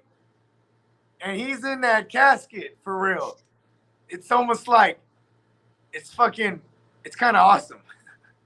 Yeah. His final resting in a casket, the final casket match. I've seen the Undertaker one time live. We went to No Mercy in like 2016, I think. Yeah, so he was the dark man again. Yeah. And it was a Hell in the Cell match too that he was in, and it was dope. His entrance was so fucking long. I swear it was like 3 or 4 minutes. Like they dragged it on for a while. Motherfuckers was out there burning whole lighters out back in the day. Now they just hold their cell phones up. Yeah. And you got to have a fucking what's it called? Got to have a damn portable battery just to be able to use it as much as they want you to use it. Right. Hey, all right, here we go. I guess well, we got two on here. The first one, "Life is like a box of chocolates," is a line from what 1994 movie? Forrest Gump. Nice and easy. Stupid is as stupid does. How about this one? Name the restaurant that was upstairs from Cheers. Damn it.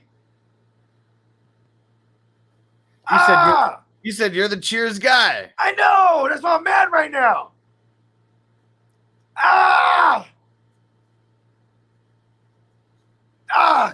And Calloway said, "I'm just trying to find Nelly. It's getting hot in her." Damn it. Come on, man. Was it Johnny's? Not even close. Was it Melville's? Melville's. Damn it. I knew it was a name, bro. Oh, Bogart, you disappointed. You lost some street cred with that one. See, this is fucked up because what's fucked up is it's an underground bar. So how is it fucking upstairs? It's on the ground level. I don't like that. I don't like that question. Got you. Find me more Cheers questions, god damn it. All right, let's see. Who released a song entitled 1999 in 1982? Oh man, come on, bro. The artist formerly known. He was so innovative, man. He was always space age pimping. You know what's crazy? In 1982, he does a song, "We're Gonna Party Like It's 1999," and they talk about the world's gonna end in the song and shit like that. Then 1999 comes around, and yeah, Y2K, because they're afraid that the grid is gonna crash when it strikes the year 2000. Yeah. Stupid. I remember telling my dad that shit, right? I was like a freshman. I was like, "Hey dad, you know, we gotta unplug all the computers and everything. They say it's gonna crash." And he's like, "That's stupid." He told me straight, "That's stupid." And then we went to the New Year's, the family party, and they just all got turned. And then I remember my dad, he's hella faded. And my dad was the type of dude, like, you know, on the way home, my mom's driving, and he's in the passenger seat, and he has that thing reclined all the way back. And he turns back to me, he's like, "Jay, I told you that world wasn't gonna end." He was just faded as fuck, and I was just like, damn. Because you know, I was a kid, I was like, damn, this shit might be over, bro. Come on, man. You were watching wrestling back then. As soon as I saw Chris Jericho come out to the Y2K, thing, I already knew it was all bullshit. That was awesome. The little countdown. Yeah. Because I wasn't paying attention. Like, once it came out, I was just like, oh shit. I was like, the Y2K countdown. And it probably said Y2J countdown. And I just didn't even see it. Yeah. No, it was just a countdown. They didn't say no Y2 anything. At least in my memory, in my recollection. All right. We'll leave these We cards for later. Let's see what the Chiefs are going to do here. Got the first down. They're driving. Hey, you want to know a football intangible? Let's hear it. Gingers never win the big one. Wait. Say that again. Gingers never win the big one in football. I mean, how many people do we have to make those? If you're a ginger, have you got there? Boomer Esiason's the only one I can think of, and he didn't. Yeah. Well, Andy Dalton definitely ain't getting there. No. Carson Wentz. Carson Wentz a ginge. Yeah. It all makes sense. And Nigel said I was first time in 12 years that Brady or Rodgers isn't playing in the conference championship. They both wear number 12. Yeah, I mean, wearing the number 12 is a motherfucker. You know what I mean? Andrew Luck was set to be that next great number 12. You know what I mean? Yeah. You can't just don the 12 like that. And just like no one should ever wear 16 as a quarterback, and no one should ever wear number 8 either, because no one's Joe Montana or Young. I'll tell you what number a quarterback should wear.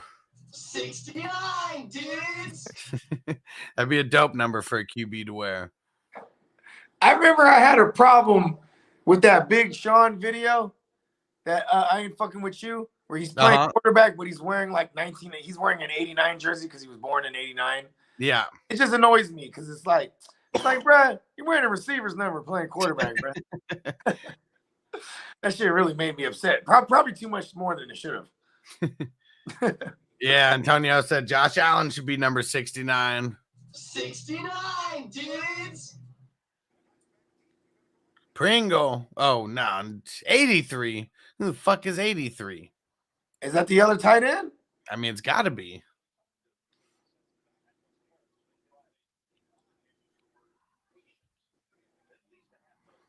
Did you ever watch that the other Bill and Ted? The new one? Yeah. I haven't checked it out yet. It's whatever. I'm going to eat mushrooms one day and watch that shit.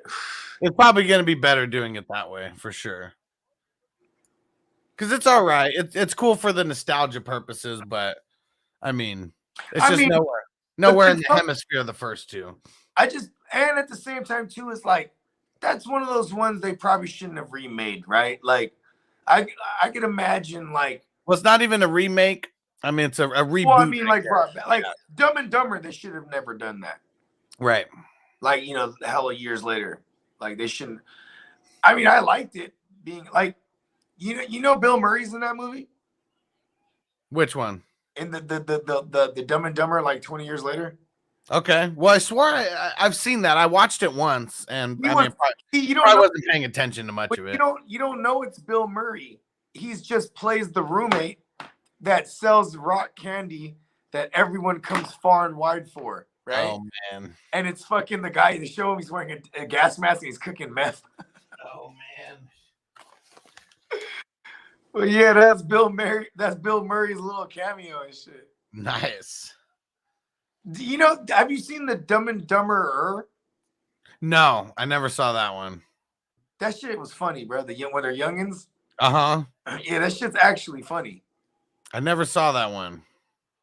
I swear to God, it's like Jim. It's like they found the exact guy to play Jim Carrey's younger version. Yeah. And his dad's a Mexican. His dad's his dad's the custodian at the high school. And so he lives at the high school, right?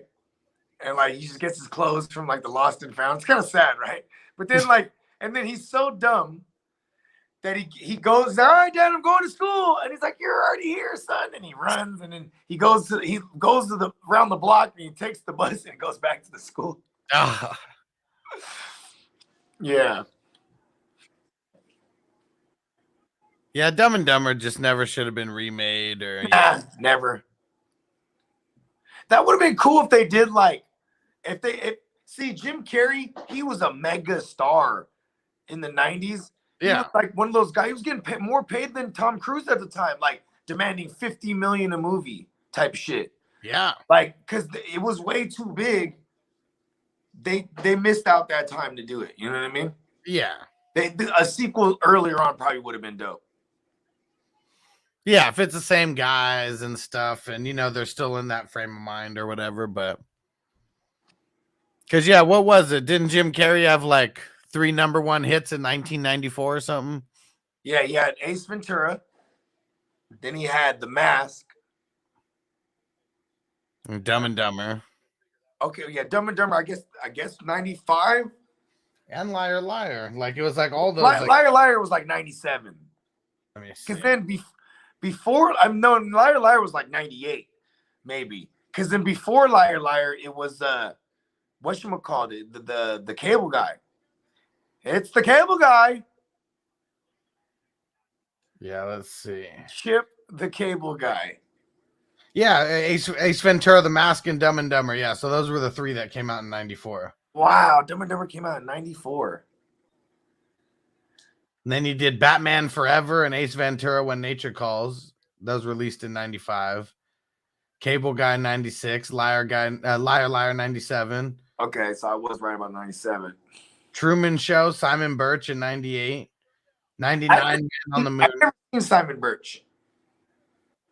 You said what? I never saw the Simon Birch or the Eternal Sunshine or the Yes Man. I never saw any of those. The only one I saw after that was like 23, which was a fucking trip. Yeah. That was a good movie. Yeah, Me, Myself, and Irene was good. Yeah. Man on the Moon. I want to go back and watch that because that's really good. I remember seeing parts, but I just remember Jerry the King Lawler like hated Jim Carrey. Yeah. So they actually last year or before the last summer on Netflix, they came out with all the footage because the Andy Kaufman's girlfriend in real life when he died, she was on set as like a consultant. So here's Jim Carrey who never breaks character. Right. Oh, and then like he's just annoying the fuck out of everyone. And then this bitch, she's filming everything with her own camera. So while they're shooting the movie, she's filming all this extra shit. So this documentary is Jim Carrey narrating all this footage. And there was a scene where he's hella fucking with Jerry Lawler. And Jerry Lawler just fucking hems him up. And he's like, I see this? See this right here? I can do this any moment. I can do this anytime I want. He's just fucking, and Jim Carrey's like, yeah, okay. He's like, it's not funny. I can do this anytime. He's like, because Jerry Lawler's a big motherfucker, dude. Oh, yeah. Yo, he hemmed him up so quick. And he kept telling him, like, he was like, Andy Kaufman wasn't like that. Like, he was like really upset. Like, Andy Kaufman, because he was trying to be Andy Kaufman, you know what I mean? Right. Like all day. And he's like, he wasn't like that. Like, he's like, we were great friends, me and Andy. And that's what Jerry Lawler was saying in real life. Because everything they did too, when you watch the movie, it was all a ruse. Like Andy Kaufman was all about doing shit that was funny to him and his boy. Like it could be only 2 people in the whole world laughing, and he don't give a fuck. You know what I mean? It's just him and his boy. Yeah. Yeah. Like he had this whole thing where like, so he's doing like a Saturday special for NBC or whatever it was, right? Okay. And then they're watching it. So they're watching it with the producers. It's already done. It's in the can. And then the footage on the TV in the little boardroom, it starts to like, go haywire. It's like going up and down in frames. And the guy walks up, so what the fuck is this? He's hitting the side of the TV. And he's like, yeah. He's like, that's exactly why I put it there. And he's like, what do you mean? He's like, I put that in there. He's like, I want people watching it. They're going to have to get up and smack in the side of their TV. Andy Kaufman was a nut, bruh. Oh, yeah. And it's fucked up because he had such a life of being the boy that cried wolf, just fucking with everyone, that he actually came down with lung cancer and he never smoked. And they're like, you don't have lung cancer. And then his partner in crime, right? He's like, oh, I love this. We could use this. And he's like, no, I actually have lung cancer. He's like, shut the fuck up. He's like, we're gonna get so many people with this. And then like, even shout out to the Philippines. They have a scene where like he heard there was this thing going on in the Philippines where like they would like bathe you and then remove whatever your disease was, right? Okay. You know, it was like some mystical shit, right? But it was a ruse, like, so it would show like they're like pulling like meat out of you, but it's really like they just have like this chicken meat in their hand. Yeah. And then so part of his dying wish was to go there because he wanted to see it because he thought it was hilarious. You know what I mean? Like, dang, people come off from all over the world for this shit, and it's a fucking hoax. You know what I mean? So he's sitting there, they're doing it to him, and he's watching them pull a little meat out of their hand, and he's fucking laughing. You know what I mean? He was a weird dude. Really, yeah, definitely a weird dude.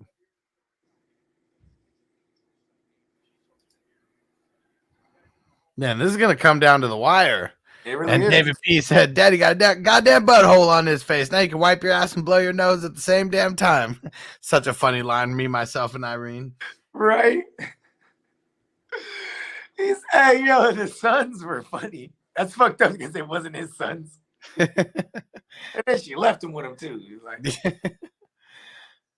man, remember when the guy was like one of their neighbors or whatever? They're having the bar. Yeah, he was like, "Hey, man, the water keeps beating off their hair." It's like my great grandmother's half Italian. And he's like, "No, man." He's like, their donks are bigger than the kielbasa's on the grill or whatever. Yeah, what did it say? His kids' dicks are bigger than these damn sausages here. And he got all pissed. He's like, "Hey, those are my children you're talking about." Poor guy. He just refused. He refused to believe they weren't his kids, even though, you know what I mean? Yeah. He was just like his schizophrenia came from just his ultimate lack of confidence, just the supreme passive aggressive. You know what I mean? Yep. I hate passive aggressive people. I'm like I'm so the opposite of that shit. Like if there's something going on, I'm gonna say something. Just like I was telling you with the people that were annoying me in the Disneyland lines. Yep. Like, hey, yo, bro, back up, bro. You're not even wearing a mask. Just, you know what I mean? Just hella pretentious. Like I'm better than them. You know what I mean? Because like, or even the people that are wearing a mask with their noses out, I'm like, you're stupid. Like, just don't wear a mask then, dumbass. I know. I wish I could be like Jim Carrey in Me, Myself, and Irene when he turned into to Hank. Like, remember, he tells the girl, don't jump rope in the street. It's kind of dangerous. And then, like, the next one, when he goes out there, he's like drowning her. Still gonna skip rope in the street. Oh, shit. I'm gonna tell my daddy on you, Charlie. Wrong answer. And the name's Hank, fuckface. Oh, shit. Hey, and then,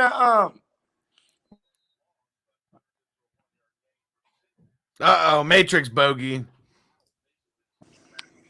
Oh, back. Oh. And Ronald said, "Bruce Almighty." Oh, yeah. What did he do? Hey, let me play some jazz for you.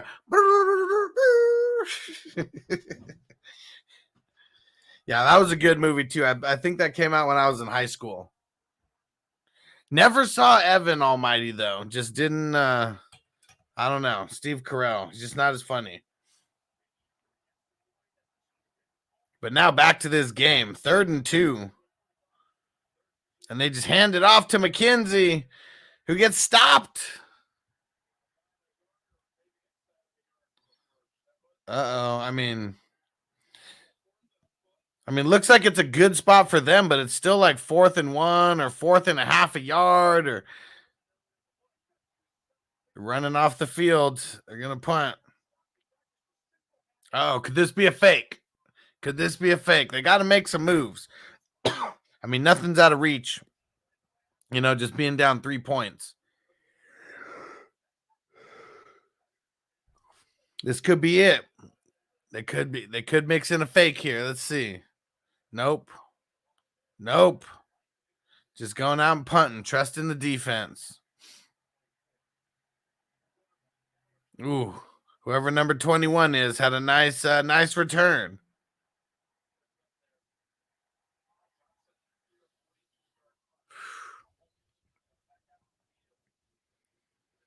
Mahomes back at it. He is back at it.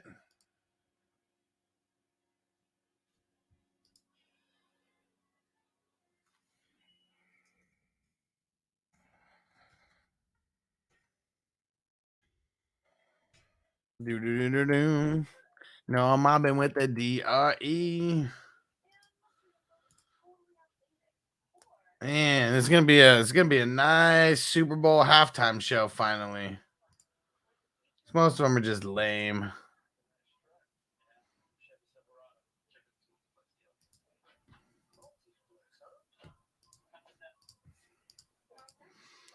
Antonio, I want to see Mahomes versus Burrow round 2. Round 1 was an awesome game. Hell yeah, it was.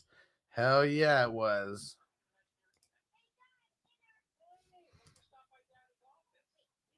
All right. While we're on this commercial, go ahead and check out this Super Draft Pro commercial. I'll be right back in a minute.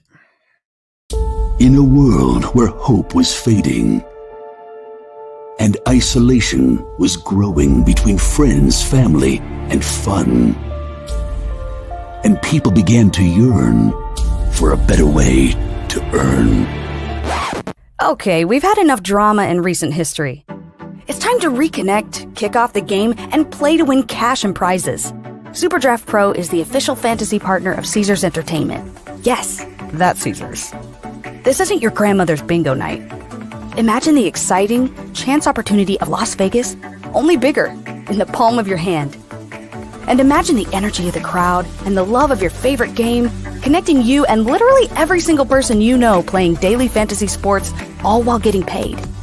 This is Superdraft Pro, and you can stop imagining. Experience it for yourself. Simply download the Superdraft app and sign up by creating an account. Be a player, or be a coach building teams of players with a range of membership packages that suit your level of interest. And guess what? We know, and you probably know too, that this is a multi-billion-dollar industry with roughly 60 million people playing in North America alone.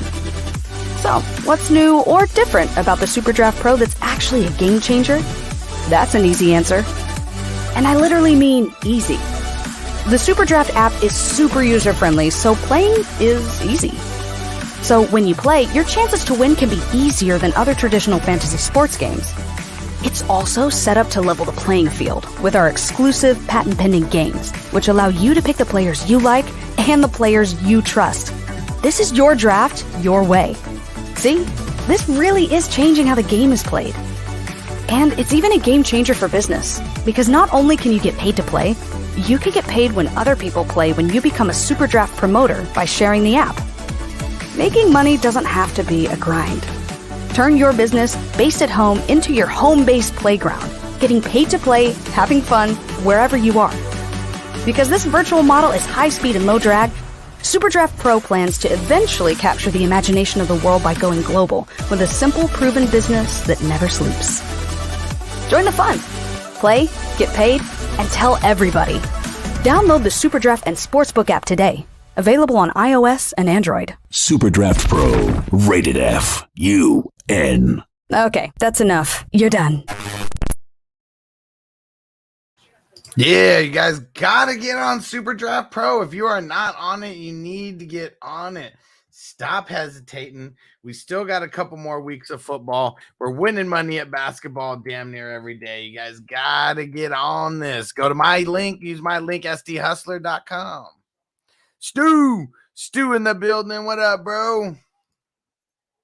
And I got some hot wings I'm about to mac out on. Cross midfield now. Pringle.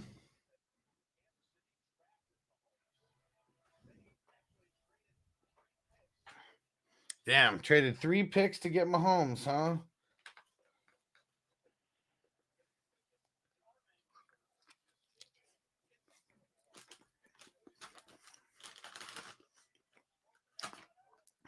Let's see it.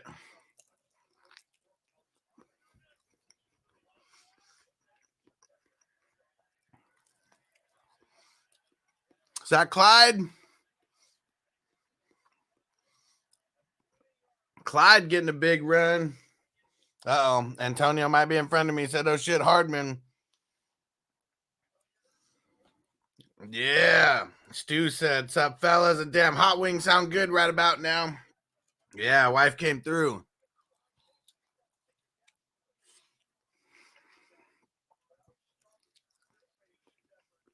Wifey came through. Is there fire?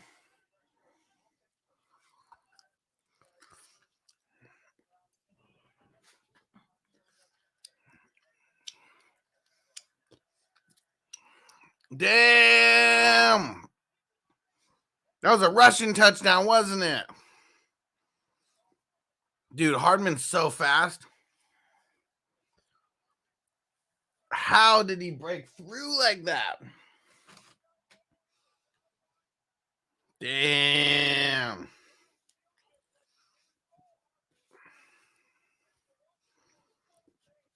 Dude, so fast. The acceleration. He just toasted everybody there.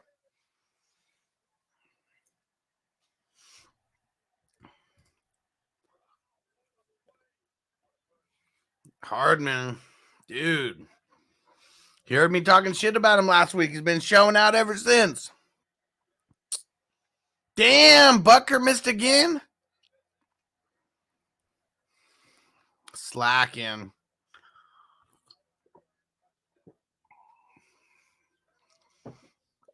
Two missed kicks by Butker now. Yeah, the halftime trailer is fire for the Super Bowl. Hell yeah. And Antonio said, I looked up tickets because I wanted to see the halftime show. Tickets are starting at 8 G's. I believe it. And where can you even buy those? Like StubHub? Let's see.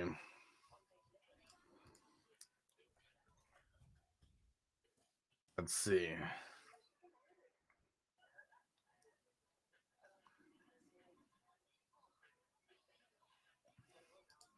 Here we go. Super Bowl tickets.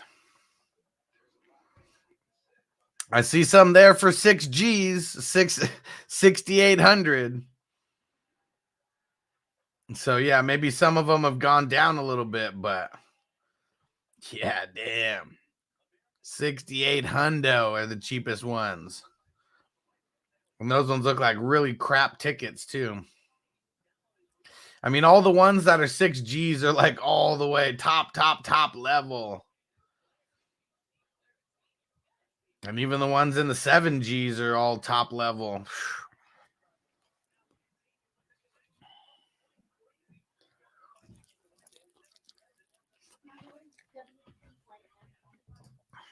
Yeah, Antonio, you can't even see Eminem from there. Yeah, damn right. Gonna need binoculars. Yep, the nosebleeds.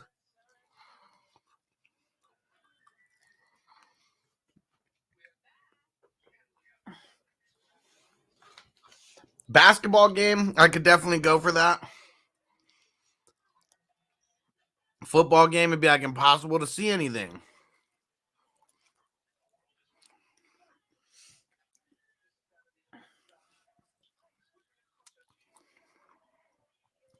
What is this? The Grammys? Just CBS in general.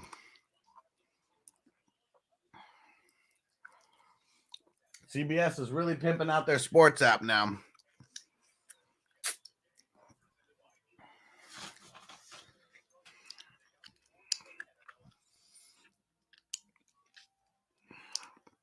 All right. This is put up or shut up time for Josh Allen. Bogey's back. This is where you got to start shredding, Josh Allen. You know what I mean? Like, they doing exactly what they did all year, too, is play a ton of man coverage. And he has one of the highest completion ratings against man coverage, and he ain't shredding them. Everyone is, everyone's just talking about the Chiefs like they're the same team from the middle of the season, too. Their defense is not. What? Oh! Damn it, I hate being behind right you when I guys. was talking shit. Knew I should have had Gabe Davis everywhere today. Right when I know I should have had Gabe Davis everywhere, bro. Look at his second one of the day. That shit was fast. It hasn't even Hey, come man, up. I The was, play hasn't I even was come talking up shit, to me yet. huh? I was talking shit like I made the phone call, bro. Were they playing man on that one too?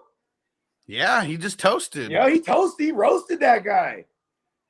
No, I just wanted to see the replay if there was a safety on top. Not that. What? I'm pretty sure that was the safety that he toasted. Yeah, right that was there. that was the last ditch effort.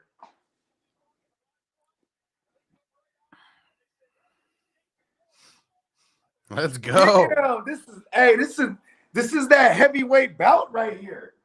Oh yeah. Because whoever comes out of this game, I think, is the favorite to win the Super Bowl. Whoever has the last score wins this game. Yeah. And the Chiefs aren't content with like field goals neither. They know it. Yeah, I don't think either team is at this point. Hey, that missed Buckner field goal is biting them in the ass right now, though. I mean, he's 4 points because of him. They missed the field goal and the extra point. Yep. Yeah, they'd be up right now 27-21. That'd be a much nicer cushion. I mean, I know on one of my playoff teams I got Gabe Davis. What's up? I said on one of my playoff teams I got Gabe Davis. I'm pissed because I had the priority in the Battle Royal playoff league. And like, you know, Alan Lazard, Gabe Davis, those were guys like I could have had my pick of the litter, right? You know what I mean? I definitely would have went Davis. You know what I'm saying? Or I might have went Lazard too, actually. Who either way. If not, Clyde was the guy. Like Davis was the play though. Davis was the play. I'm such a Gabe Davis truther. It's ridiculous. He's the man. Like he was one of my. I had him on every single one of my fucking teams this year. Like late, and then I dropped him like after week 1. You know what I mean? Because he just wasn't even seeing the field. I don't know what the hell was going on over there early on. It was the Emmanuel Sanders thing. Yeah, he was. Look at Singletary. Why is it taking him so long to like? Seemed like it was a lot of play calling. He's a career bounce back guy too. Because it's been 3 years. He's supposed to be like the guy. You know what I mean? Yep.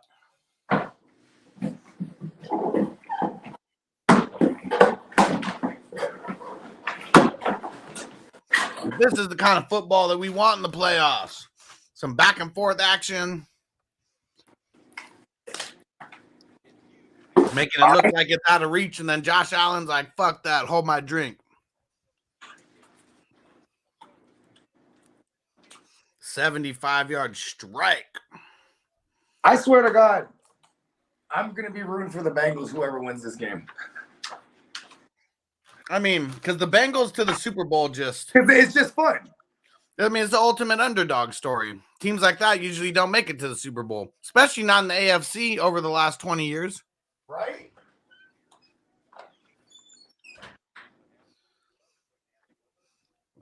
It's, you know what's crazy?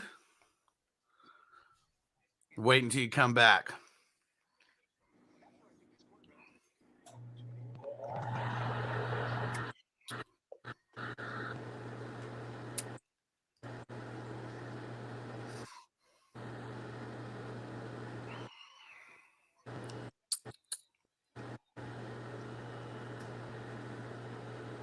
See how the Chiefs answer after that 75-yard strike from the Stallion.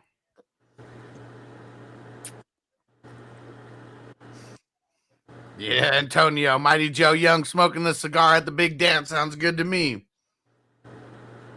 Joe Burrow's the man.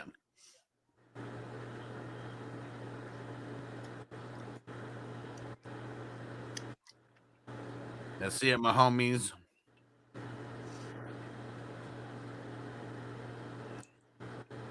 Whoa. Still escaping somehow. Insane. Mahomes is so good.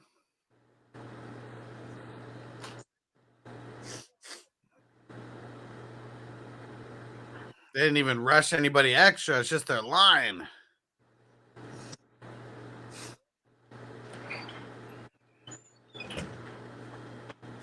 The bus, rocking to the beat. Bus.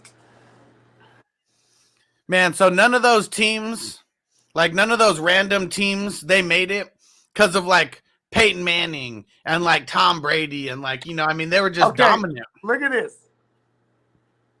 Before Peyton Manning retired, in the AFC title games, it was either Peyton Manning or Brady in damn near every one of them. Yeah, except for like maybe like one random one or something. Yeah, there was like a Steelers Ravens one, if I remember correctly. There was I mean, obviously Ravens were probably the third party that were in it. And you know who that's about to be for these next like 10, 15 years? Joe Burrow. Mahomes and fucking Josh Allen. Like, Yeah, man, you are Mahomes going to have and to go Josh through Allen. one of them every single year for the next 10 years. And like Herbert is just one of those guys. It's like, you know what's crazy is that's his favorite team growing up too, the Chargers. Yeah. Like that was his whole Right, thing. he's cursed. The Chargers are cursed. I know, right? And it's like, because, man, like I would not want to be in bed with Mahomes like that in my career. Yeah, like in the same division like that. Yeah. Like you know, Derek Carr was supposed to be that guy in that division. And then, you know, but then, you know, they had Peyton Manning in there, and he's like, well, as soon as Peyton Manning's out of here, I'm the guy. Dude, let's list some of these. Let's list some of these AFC QBs that we got right now. Like, it's like there's going to be no random teams popping up right now because you got Mahomes, you got Herbert, you got Burrow, you got Allen. You mentioned Lamar Jackson. Who's some other ones that we can think of right now? But even just them, those 5, 6, right off the bat. Next tier of like Baker and Tannehill, and you know what I mean? Like, who else is in that next tier that's respectable? I guess Carson Wentz is in that next tier. I mean, we got him in that tier, right? In the AFC. Yeah. Right? Then, you know, but then, you know, look at the NFC. The NFC is insane. You have the old guys, Brady and Rodgers. We're probably going to have Russell's the old guy now, too. I mean, and then you have Russ, and then Stafford's there, you know. Then you have the young guys, like Fields could be a thing for fantasy at least, right? But and then, Maybe. I mean, you know, you have Hurts, but it could be fucking Watson for all we fucking know. You know? AFC just seems way more stacked. Right now. I forgot to mention Dak. Dak is awesome. Yeah, I mean, he is. I guess it's just those teams. They just seem to like fuck up so much. Is what you know, Dak. It looks like he's losing his hair. You ever seen Dak's hairline? It just keeps going back, or what? Well, it looks like it's really the hairline doesn't look so bad, but the thinning, it really looks thin up there. Well, I pull up a picture. Like whenever you're taking a dump, sometimes just looking at Dak's picture. You know what I mean? Like, Eagles were so fucking good, they just couldn't give it over the hump back then. McNabb made like 5 championship games and a Super Bowl in like 8 years. I mean, and Andy Reid. Yeah. You know what I mean? Like Andy Reid. I was there in Vegas. I was 19 years old. Wasn't even old enough to do anything, and I was with my older cousin, and my older cousin and my man Mac Nees. But my older cousin Junebug, big Eagles fan. My whole family's Niners, but because of Madden, him and rest in peace to his brother, my cousin Larry, Lawrence, rather, right? Lawrence and Junebug, they were all Niner fans, and you couldn't both be the Niners in Madden, and no one could be the Niners against each other. That was like the thing. These guys are like 9, 10 years older than me at the time, right? This is like early 90s shit. And so they would be the Eagles. My cousin Junebug would be the Eagles, and then Lawrence would be the Lions.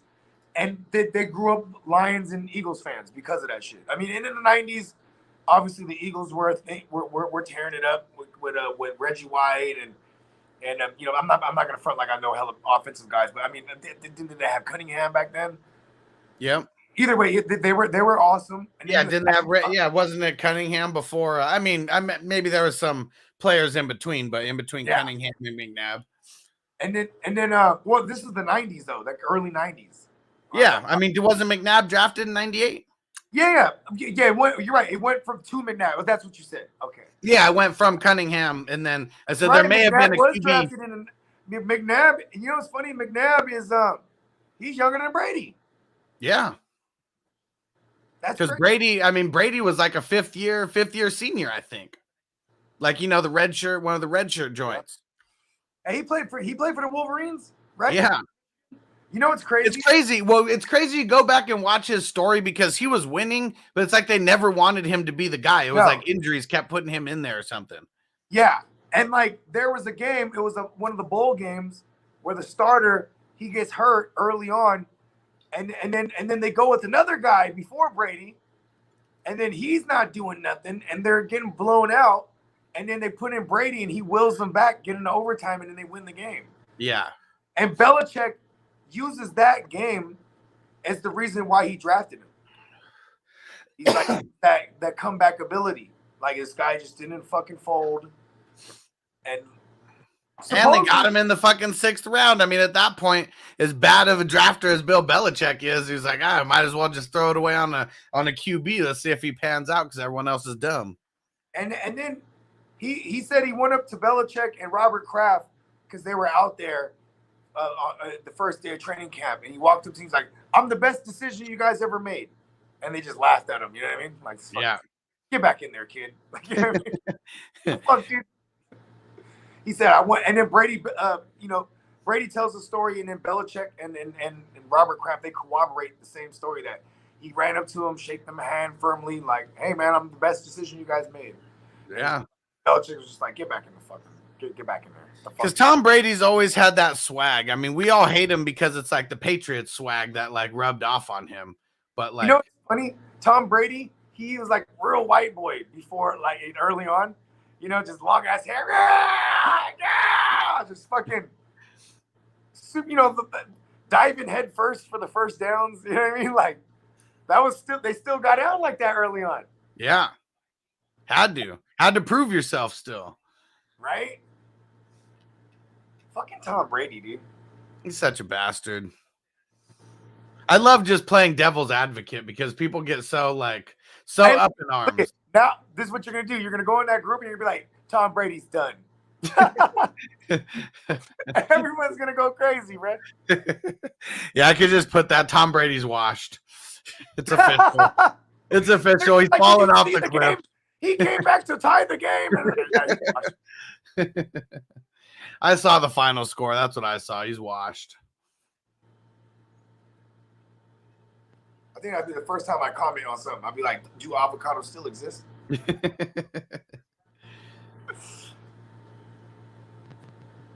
Man, and no State Farm Super Bowl because Aaron Rodgers could not overcome the 49ers curse.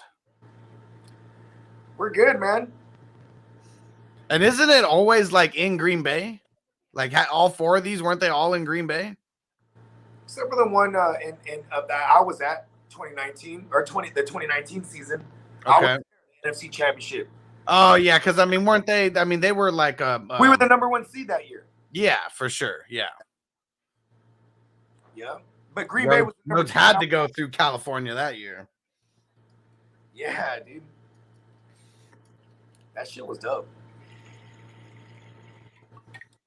I still can't believe 2 teams from the NFC West are in the conference finals. Well, I mean, if you look in the past 10 years, an NFC West team is in this motherfucker. Like, not necessarily the Super Bowl, but the title game. Yeah, one of the final 4. Yeah, and an NFC West team. You know what I mean? This goes all the way to 10 years. 10 years straight. And Stu said, Dak, Bogey compliments the man, then fucks with his hairline. Only Bogey. Hey, listen, man, we're gonna see Dak show up next year. He's gonna be bald. Would you rather be a good quarterback in the NFL or have a good hairline? I'd rather be a good quarterback in the NFL because money can fix hairlines. Deion Sanders didn't have a hairline forever. He was bald. Now he has hair. What the fuck? DJ Envy from the Breakfast Club, always bald, and this motherfucker, they got fake hair. It's like the good fake hair. I don't know what the fuck they're doing. Yeah, you remember Family Matters, right? Back in the day. Yeah. Remember when they were making fun of Carl's hair for so long that actually then they had a similar thing in the Fresh Prince where they were making fun of Uncle Phil's hair. Yeah, R.I.P. they went and for got the longest time. Yeah, both of them did. They both had, it was like the same storyline. Hey, what was it? Family Matters when he started beating. They thought it was an animal. He was beating it. And he was like, no, I think that might have been. I think that was Fresh Prince where he did it. But that shit was funny. Hey, yo, Uncle Phil was. Hey, I think Uncle Phil played for the other team in real life. I think so too. Yeah, that's a lot of man. Yeah, and wasn't he Shredder in the Teenage Mutant Ninja Turtles cartoon? Oh, the voice? I'm pretty sure. That's cool. I didn't know that. Yeah, and Steve Urkel was Sonic. Oh yeah, we knew that. He's a little white. Yeah, that shit's funny though. I was listening to Steve-O's podcast and he was talking about that. And Jaleel was like, "Oh yeah, that was my little side hustle, man. That was pretty fun." Right? Hey man, Steve Urkel was killing the game, bruh. Do you know that he was part owner of that show? They made him part owner of the show. They're like, "Listen, man, we know full and well this is the only thing people's gonna know you for the rest of your life, so you might as well have a piece of it." Or maybe he demanded. He's like, "Look it. Well, he said I can't go nowhere without people fucking goddamn calling me Urkel." He said his parents were really smart when it came to stuff like that. And I think he had a good agent too. And Steve-O was like, "Oh, were you like the only one or was there others who were part owners?" He's like, "Nah, man, that's not a normal thing. Like an actor on a show being part owner of a black actor even." Yeah, let alone that. Damn, that was a nice catch by Gabe Davis, even if they didn't call him inbounds. Yeah, I just saw the replay right now. That shows. It looked like he toe tapped it, but it was real close. Hey, yo, Gabe Davis is my guy, bro. I fuck with Gabe Davis. Yeah, they called it incomplete. I mean, they better challenge that shit because they just moseyed on. It's so close though. I mean, see, that's what sucks. Like when your knee's already down, why do you still have to come out like with the ball all the way down, even if the ground can cause like the fumble or whatever? I mean, okay, I like the new rules. I like the way that they finally got it, where it's like you catch the ball 2 feet in bounds, full control. Because if you hit the ground, who was that? Was that the Dez rule? Because it was something. Calvin Johnson. Calvin Johnson in the end zone. Yeah. And then they Calvin Johnson Dez. Dez. Yeah. I was trying to reach for the goal line. That was a catch for the record. You know what's funny? Whenever Tony Romo's calling a game and there's a scenario that they're like, "Oh, Tony, what do you think?" He's like, "Yeah, it was a catch for Dez." And Sir Bongs a lot said Eagles were top tier when Tony Danza was the kicker. It's so crazy because he really was the kicker. Yeah, man, the garbage kicking, field goal picking, Philadelphia phenomenon. But you know what's crazy? So they didn't have the Invincible movie yet, but like that whole storyline is like Invincible. I mean, hey, Tony Danza is hella pissed about that. Oh yeah. Hey, Tony Danza is still alive, huh? I believe so. I'm gonna call him. Call the boss. Hey, man. Tony. Hey, Tony, who's this? It's Bogart. Who the fuck is that? Hey, just call Tony Danza. Tony Danza, I have a question. Well, what is it? Who's the boss? What is this, a fucking joke? And it's so funny, like in that, like I wonder, like If you remember the whole like intro skit to that, like one of those things was him like sliding in at home plate and like a slow pitch softball game and shit. Mm-hmm. Like we know that Tony Danza is the boss, and I know that they play a lot of softball, you know, in Philadelphia and whatever the hell they were. But did they really need that? Was that necessary? Like they went out there to play like a full on softball game just to get like, you know, the one like short little like 2-second clip of him like sliding in on home plate. You got to remember back in the 80s, and actually all shows have like a 2-minute intro, but then they'll chop that bitch down to like 30 seconds. You know what I mean? Yeah. Yeah. It's like the 2-minute intro for like the pilot or whatever.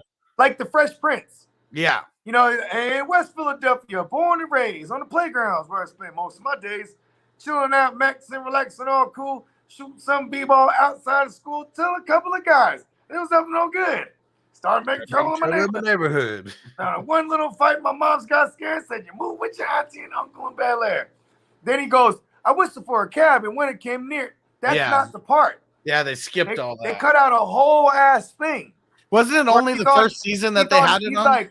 He's like, where he's on a plane, and he's like, "I'm flying first class, drinking orange juice out of a champagne glass," and like, you know what I mean? Yeah. It shows them the whole thing, you know what I mean? But they cut all that out because, you know what I mean? It's unnecessary. Yep. And they trimmed it down just to a minute. Because a minute's like perfect for like the intro time. And then like the farther that you go, you know, they cut it down even more. Cut it down to like 20 seconds or whatever. Damn, Hill, Tyreek. He ran that back? Oh, yeah. I'm watching. I mean, damn near. Damn near. Oh. Damn near. Hey, yo, man. The Bills just might not got it, bro. Not this year.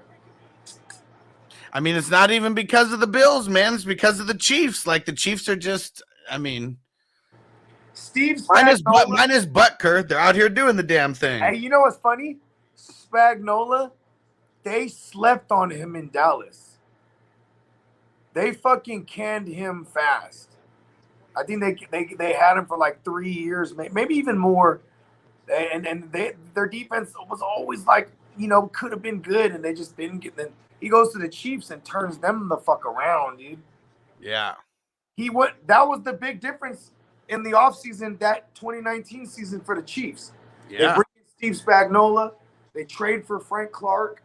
You know what I mean? Who was already old for their defense was so ass before that, because I mean they were bad for a Super Bowl winning defense, but like they were really bad before that. Mm-hmm. That's why look at Mahomes had 50 touchdowns the year before that. Yeah, tell you something. They were really bad. They had to come back in a lot of those games because they were giving up hella tugs. Yeah, and then shit. I mean, in that playoffs, like double digits in every single game. Because I remember that first one being down 24 or 21 to the Houston Texans in like the first half. Everyone thought that they were done. The Chiefs are just a flash in the pants. We knew that they were fucking bums. They're just good for fantasy. Then they come out and throw up like 40 or 50 on them. And then they were down 24-0, start of the second quarter, and then they until this day, the Chiefs are the highest scoring team in second quarter since Mahomes came to them. Yeah. Because they scored like 30 points in that second quarter. Yeah. Because we've seen them. I mean, that Josh Allen play. I mean, that was like Mahomes, like during that year. It seemed like every other play, he was just like coming out first play of the drive and just cracking off 50 or 60 for a tug.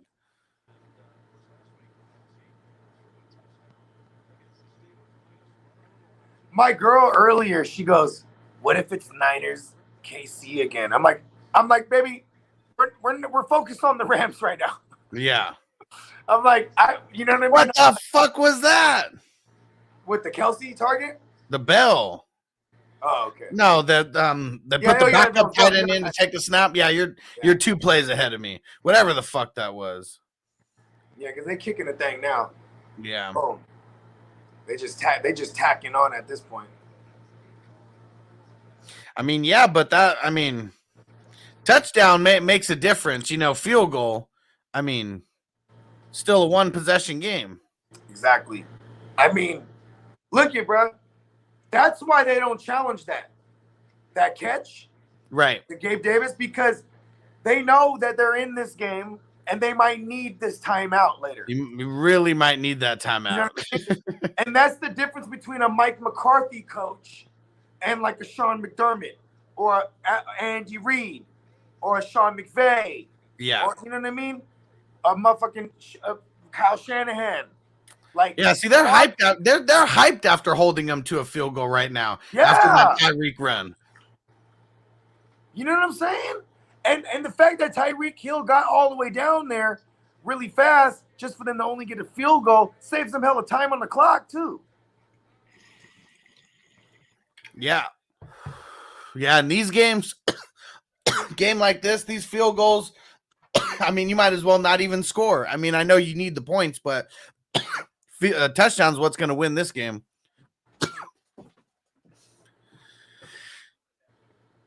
Man, it's going to come down to the wire. Like you said, last team to hold the ball might be the team that wins this.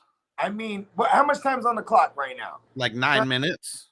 Yeah, so the both teams are probably going to hold the ball like 2 more times each. So Yeah. The Bills, they have to get on the board here. And they're not opposed to taking a field goal. You know what I mean? And I think what makes the difference here, when teams get down like this, it's like the battle of trying to control the clock so much that you get a little bit extra conservative. Sometimes it fucks you. Yeah. So if I'm the Bills right now, I'm shredding. I'm like, fuck that. Look at their last possession when they went down to Gabriel Davis for the strike. You know what I mean? Like, they know full and well that it's Patrick Mahomes in them. Look at who's eating this game. It's the other guys. Pringle, Mecole Hardman. And Anthony did say this before the game. You guys got my prediction, 31-24 Bills. Oh, here we go. I mean, pretty close. Pretty close. It all depends. I mean, it would be if the Bills score and then no one else scores, after that. But I feel like we're going to get some scores from each team still, whether it's a field goal or a touchdown or whatever. But yeah. The defenses are tiring out there. Offenses are shredding in this game. Offenses are shredding. The shredder. You know what I'm saying? When he pops up on that rooftop. Yeah. And they're like, the shredder. and that shit was dope in The Secret of the Ooze. Kevin Nash being the shredder on steroids or whatever it was. What? We haven't talked about this before? I didn't know he got into Hollywood before wrestling. Yeah. Wow. Yeah. What year was The Secret of the Ooze? 92? 91. It was right at the height of Vanilla Ice's run. So I want to say this was 1991. Spot on, 1991. Yeah, because they gave him his own song. Go Ninja, go Ninja, go. Ninja. Who are these guys? I want you to call the police. And he's like, I got the police on the phone. He's like, they like it. They like it. Hey, yo, this is what pisses me off. Here's this motherfucker's here's his secret base at a junkyard. But next door, there's a fucking full-on concert going on. I don't think it was like right next door, but I'm just saying. Somewhere close. Because it looks like their base is like somewhere completely different than fucking where that club was. Hey, you know who I like? The character that they made up for the movie. The bald Asian dude that trained all the fucking he trained all the Foot Clan. Okay, yeah. Yeah, he was a badass. Yeah, he was gonna whoop everybody's ass. Hey, I always thought, hey, you know what was funny? When they're in the subway in part 1, and they're like, Rachel O'Neal, we have a message for you. And he opens his hand, he slaps the bitch. Your mouth, shut it. Yes. And then she pulls out the sigh or whatever, like she's gonna do something with it. And you know what my problem with that sigh is? That shit really looks dull, man. Oh, it looks very dull. Like, I mean, you really gotta have some like that shit is terrible stabbing someone with that. Cause like you gotta burst through their skin now. Yeah. Ugh. I bet And, you did that a bunch. And Ronald said, "Yo, I like Vanilla Ice, not his music, but the person." You Man, know what's and crazy? When you watch, like, he did an interview about, I don't know how long ago it was, but he was like, you know, a lot of people, you know, they don't know, man, but I live the best life. yeah, He was like, I had one song, and now's it. And now, you know, I killed shit. and he gave up the rights to Suge Knight, right, in Death Row. Yeah, When but they- he made that in tenfold, though, like doing tours and whatnot. And, you know, he's white, so it's not like, you know, the IRS was like, let's audit this motherfucker. You know what I mean? Yeah, Like, but he that was good. that was his tax to the game, He was good. giving up those royalties to Suge. He had royalties to that. I bet you he has royalties to the motherfucking the goddamn Teenage Mutant Ninja Turtle appearance and the soundtrack. If he's You know how smart, many he fucking does. kids bought that goddamn soundtrack? Yeah, And I mean, publishing is a motherfucker. And then, he even had that movie, Cool as Ice. Shit was ass.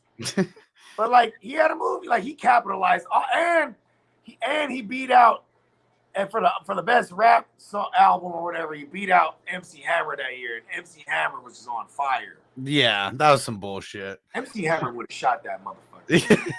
And you They know don't what? call him MC Hammer for no reason, bro. He had the hammer, bro.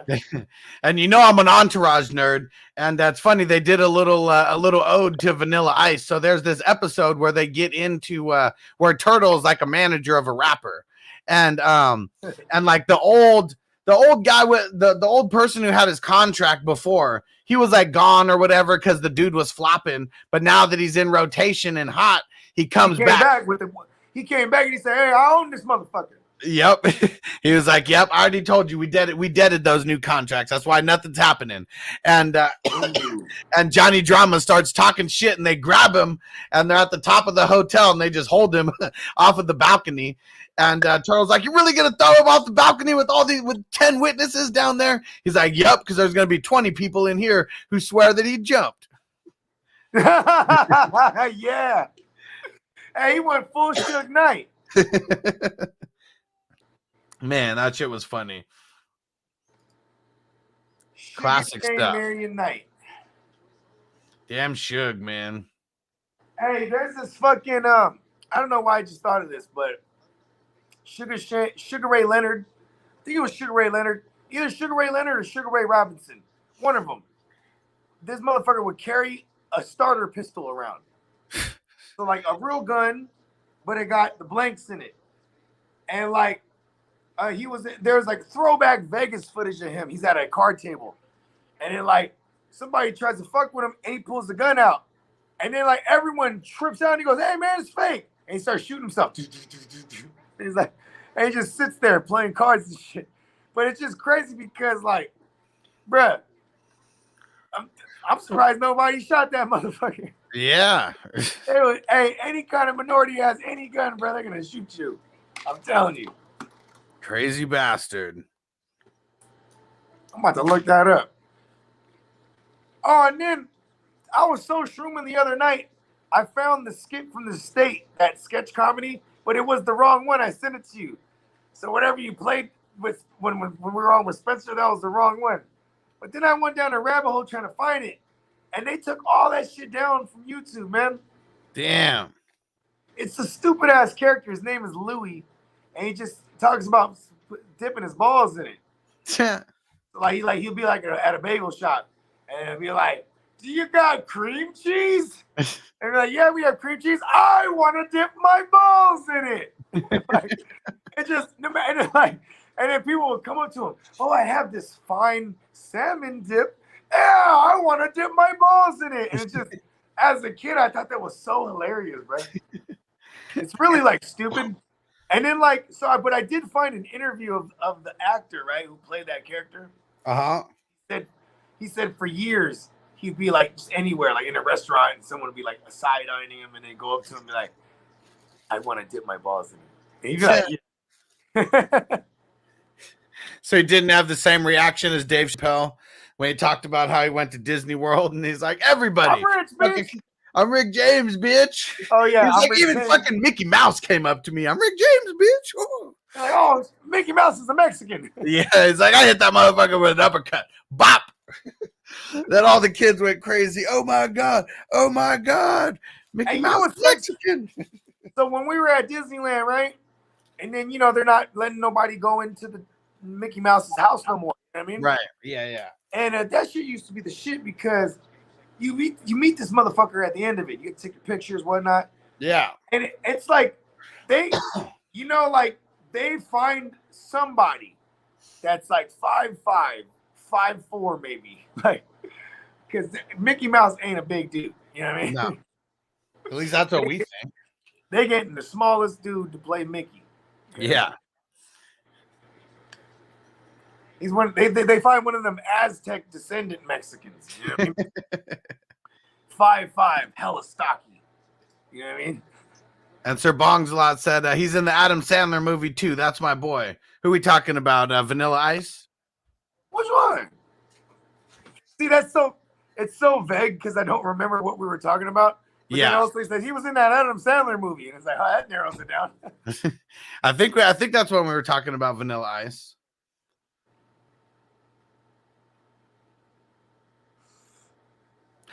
Nick Von B, he said ninja rap. Go ninja, go. And then who would have thought all it took was the goddamn fire extinguishers?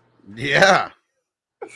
And like, Well, no. What it was, I mean, they gave him the fucking donut thing with the little elixir in it. And it's the carbon dioxide that speeds up the process.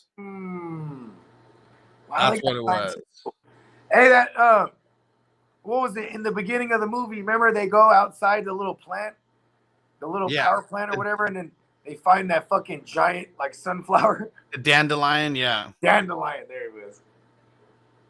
It was huge and on steroids. Yeah, and Sir Bongsalot said, yep, it was Vanilla Ice with the white Mustang. Oh! Hold on, what movie? He said that's my boy with Adam Sandler. The Adam Sandler movie. Okay. Hey, that's my boy is fucking that one's a little raunchy. That's the one I haven't even seen that one. Is that the one where he has the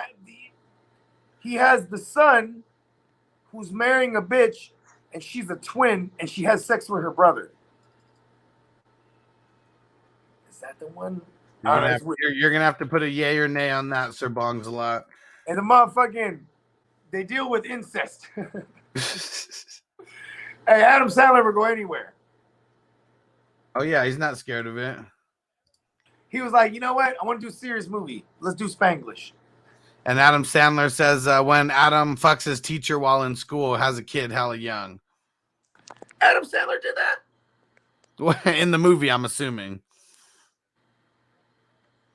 Oh, okay. I might not have seen that one then.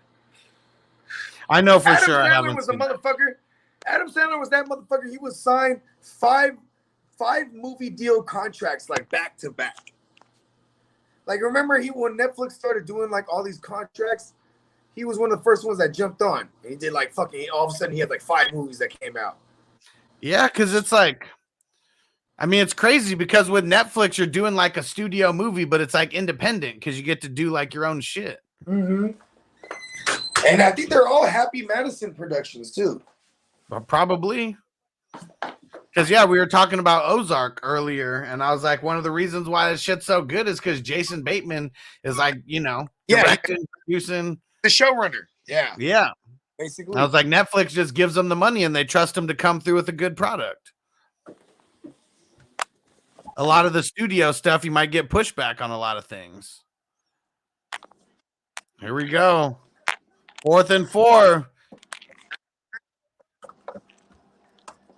And Allen breaks free. Oh, he's definitely running that. Oops. Oh, you got shit. This is it, though.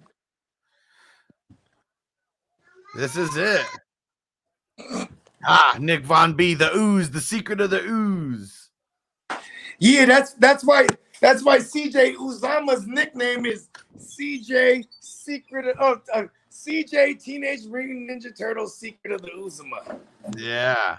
And Anthony said, do you guys remember the Jim Carrey Vanilla Ice on In Living Color? I mean, Yeah, hell yeah.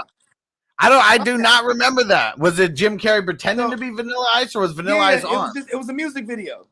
Okay. He said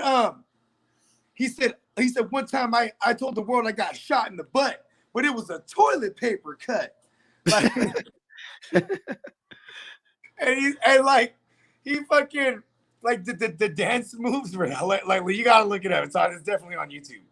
Dude, Nick Bolton almost got an interception right now. That's my guy, bro. I told you I need this motherfucker. Yeah, Ronald said Fire Marshal Bill. Yeah, that shit was ridiculous. Hey, Fire Marshal Bill is the GOAT, bro.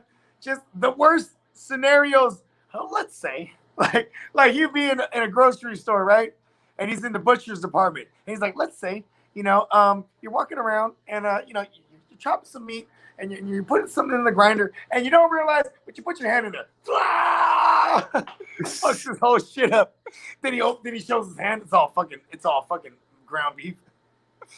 Like, this motherfucker is funny, bro.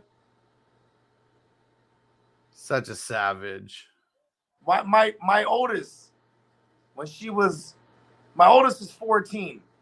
When she was 3 years old, 2010, that was when the smartphones were full on. I remember I had the first Galaxy. And I remember just going on YouTube was like the shit to me. Like, fuck, hell yeah, I could just go on YouTube. Like, they had a YouTube app. And then I would always pull up In Living Color shit. And she fucking would die. She's probably like 3 years old, but she would die watching Fire Marshal Bill shit. Because it's physical comedy at its best, right? Yeah, and I'm watching the Jim Carrey Vanilla Ice, and he's such a savage. When he starts doing the dance, where he lays down on the ground, he starts doing like the fucking exercises and shit. He starts doing the motherfucking. He starts doing the fucking. Oh my god, he kills me, bro. Jim Carrey's the GOAT. What's his name? Keenan Allen Wayans.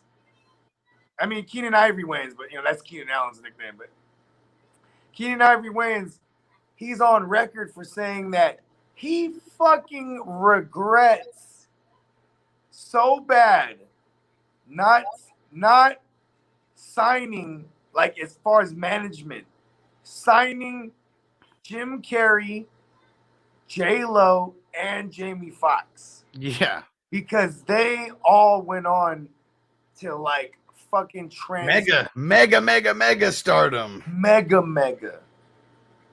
Because like, who knew that J-Lo? I mean, it's crazy. Smart. Smart Vince McMahon. You know all those motherfuckers. That's why he had to be Dwayne The Rock Johnson in all his movies. He owned intellectual property. Yeah. You know what I mean? So he had to kick up back to Vince. I mean, Vince was like his agent, though. Like, that was one of those things. And like father figure, too. So he didn't mind it. Matter of fact, the reason he's just Dwayne Johnson nowadays is because Vince, he asked Vince. He's like, I knew Vince was going to, give it to me. Like, he's like, hey, man, I think I'm just on my own now. Like, you know what I mean? It really is like him. Like, I mean, I'm not saying turn into a man because he was like a man, but like, in the business world, let's say him like graduating to being, Yeah, because I mean, he was a youngster. He's been with Vince since he was like 21, 22. Nah, I wasn't that young because he was still in college, but it was like 25, 26. Oh, okay. Never mind. You know what I'm confusing it with? He was the youngest champion to win it at the time. Yeah. Youngest. Yeah. I don't even know if it was youngest champion. It might have been youngest champion. It was youngest champion because it was later on down the road, someone, I think it was Brock Lesnar, became the youngest. I think it might have been Randy Orton, actually. Oh, right there. It was Randy Orton. because like The Rock was like the first, third generation, and then Randy Orton was like the second, third generation to do it. And the youngest. Yeah. Yeah.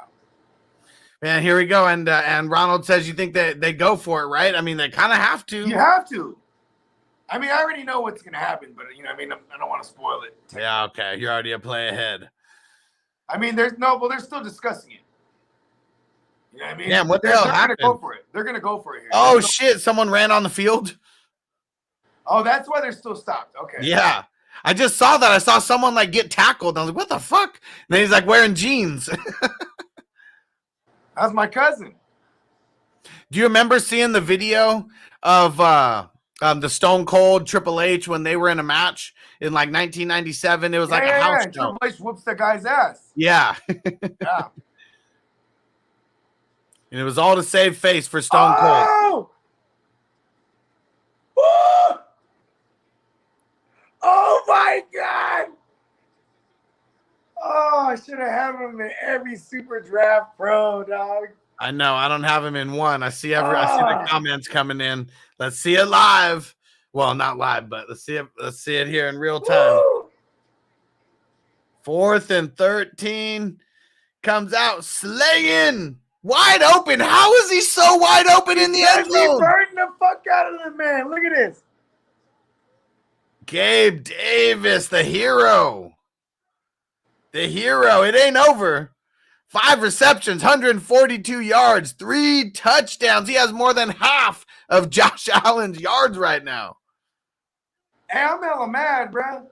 That you don't have him? Yeah, in that playoff league, the Battle Royal, I was supposed to have him, bro.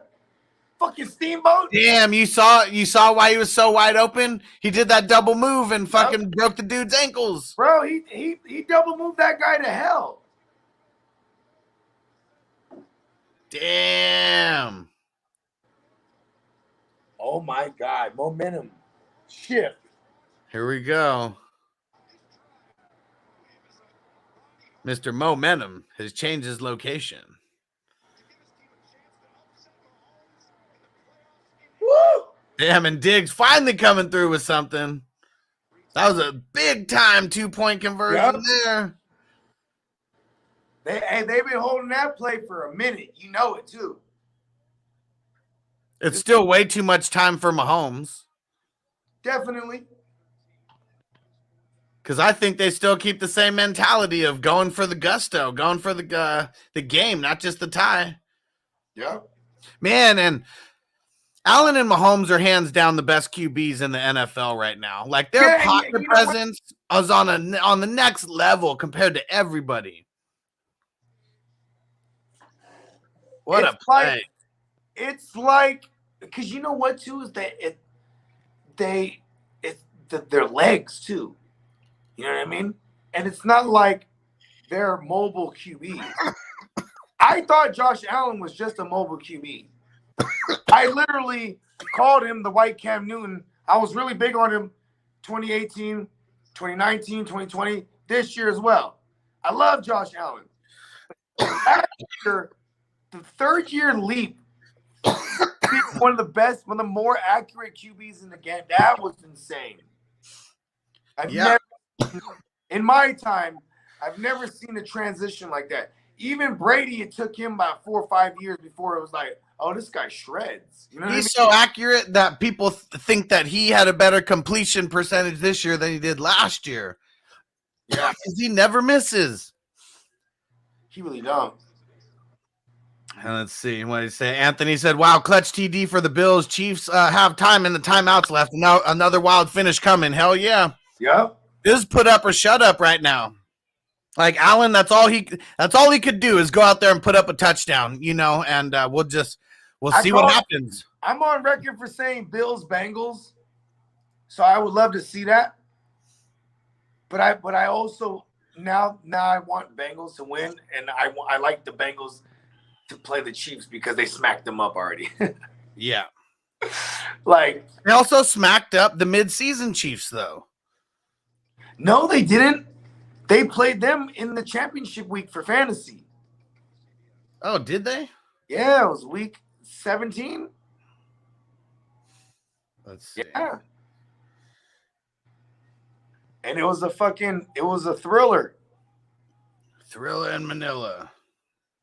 Oh, yeah, it was. Yeah, they beat the good And Chiefs. you said they smacked him up, but yeah, I mean. Well, no, but you had to have watched not over 30 points. You had to have watched the game. They were smacking them. Yeah. You know what I mean? Like, it was there. I'm not saying it was garbage time for the Chiefs, but it was definitely always in response to the Bengals. Like, the Bengals were in the driver's seat. Come on, my shit started freezing. Hit that refresh one time. I know.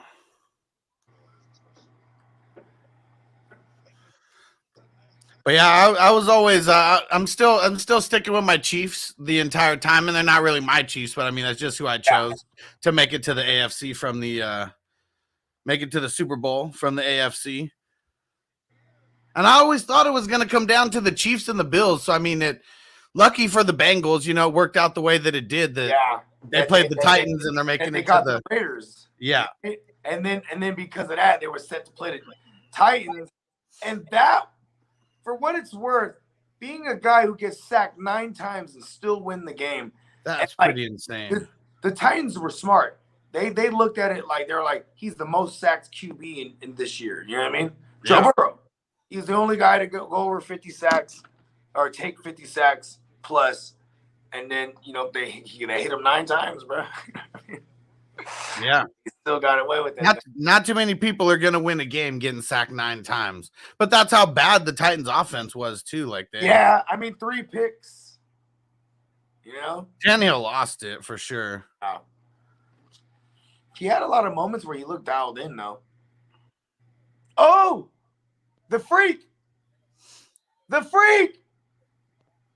He's gone! Oh my God! Now Josh Allen has a minute to win it. Oh man, this game is insane. The freak, Tyreek the freak. I hope it's this play because I don't want to wait 2 plays to see that play. Oh my God! I need to see this replay if he threw up the deuces. Nah, he didn't. Damn, but he just toasted everybody. Everybody! He did throw the deuces. He did throw the deuces. Oh, I just saw it right now. Yes, the signature maneuver. The signature maneuver. When he throws the deuces, he's gone. Oh my God. I want Chiefs Bengals. Just every time someone scores, you know what? I like Bills Bengals. And see, what do the Chiefs do here? Do you just automatically just go for the 1? Yeah. Or do you go for the gusto? And then you put him out of reach? Well, yeah. I'll put him out of reach of a field goal. Yeah. That's what I mean. For the win, it would only be for the tie. I mean, yeah. I mean, they took the extra point. Their defense is playing good enough, I guess. I mean, good enough, I guess. I mean, both teams are shredding right now. Neither defense is playing good. You know what's crazy is that's the first time that the Chiefs had to respond. You know what I mean? Yeah. That was the only lead the Bills had since the first possession the Bills had. Remember, the Bills scored the first touchdown. Since then, the Bills have been playing in response. Right. They finally get the lead. The Chiefs respond immediately. Yeah. So, I think they might feel maybe this is a design of how the game has just been going. Okay, well, our defense has been giving up plays, but you know what I mean? They've been. I mean, it's left too. And Ronald said he did it too fast, and that's the thing that I always have a problem with that because I know it is all about clock management. Yeah, I mean, when you have a player like Mahomes or Josh Allen, you just get it done. It doesn't matter how fast, right? Yeah. But if you have someone like Jimmy, you have to milk this thing all the way down and strategically get it and then kick the field goal so Aaron Rodgers doesn't get the ball again. Because Jimmy can't do that. Jimmy can't respond like that.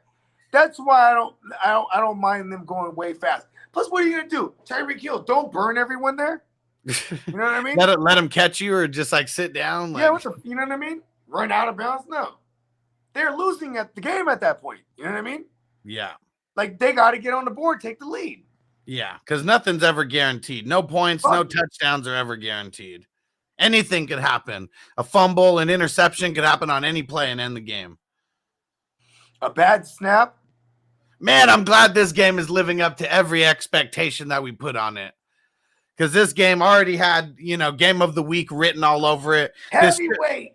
This is like the bout, bro. I think both teams in this game can beat every team that are still in the playoffs right now if the Super Bowl came down to them and the other team, whoever it is. Sucks that this wasn't the conference championship again. Oh! Ooh. They moving the rock, B. These defenses are tired. These defenses are done. Like, someone's got to make a play. And it's the offense making the play. Yeah, and Antonio says I'm up 72-69 in the playoff one league. Hit the drop. Yeah, there we go. Here's the Davis shot. Yeah, Gabe Davis is the man. Yo, they did not make any adjustments to that guy. You know why? Because you have Diggs, too. You can't be like, man, switch the coverage. Yeah, I mean, it's Gabe Davis. Gabe Davis is the guy who they're like, all right, if he's going to beat us one-on-one, he's going to beat us one-on-one. And he's just beating them. In that league, I only have Davis and Pringle. In your league, I'd rather have the Bills win because I'd rather have Davis over Pringle. Oh, for sure. Yeah. Yeah, look at that. 6 receptions, 173 tugs. Huge fucking game. You know, just the afternoon. Antonio said, as long as Knox don't get it, I'm good. Oh!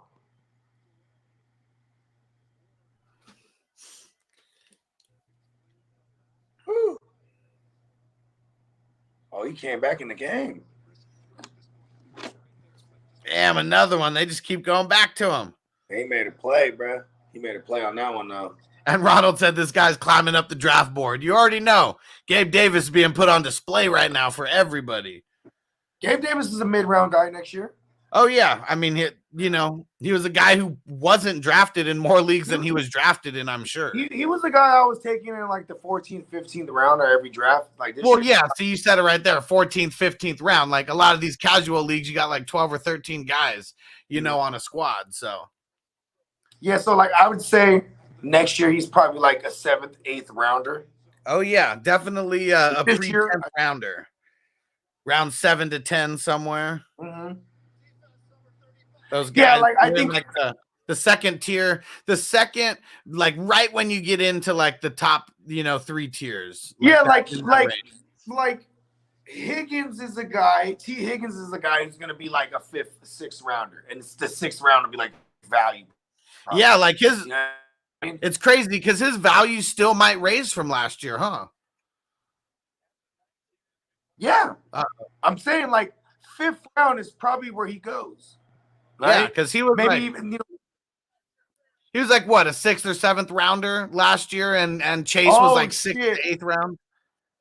Oh my god! Oh my god!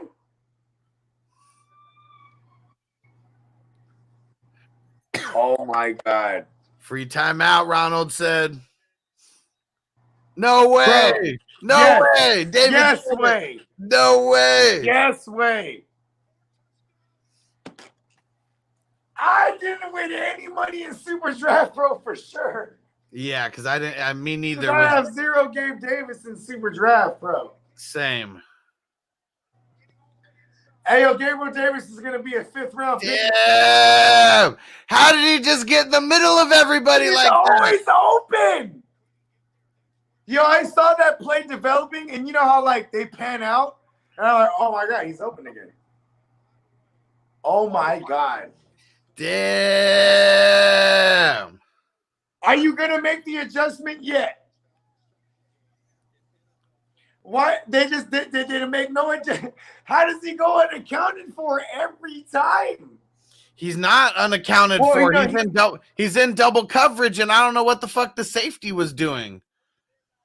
The safety just totally blanked I'm on that. watching a replay right now, too. You're right. The safety goes the other way, bro. And you look, I mean, there was 2 guys who were on the left side, but neither one of them went deep. They both like did little out routes. Damn, like that's undisciplined secondary play right there. And you know who would be there? Honey Badger. That's Honey Badger's spot. Yeah, but he got knocked out early in the game. Yep. Damn, Andy Reid doesn't even know what to say. He's like looking at whoever's looking at the D coordinator or something. Like, who am I about to kill? He's like, somebody give me a fucking cheeseburger. Okay. Here we go. Here we fucking. It's a shame that both of these teams can't make it to the Super Bowl. Is it one of those cases where they're like, okay, in an unprecedented turn of events, we're going to move the Buffalo Bills and swap them with the Washington football team? You know what I mean? now the Bills are in the NFC. Like, could you imagine that if the Bills got switched to the NFC East? They're like, yeah, somewhere. And like, any of those teams. We need Mahomes and Allen Super Bowls for like the next years. Man, I mean,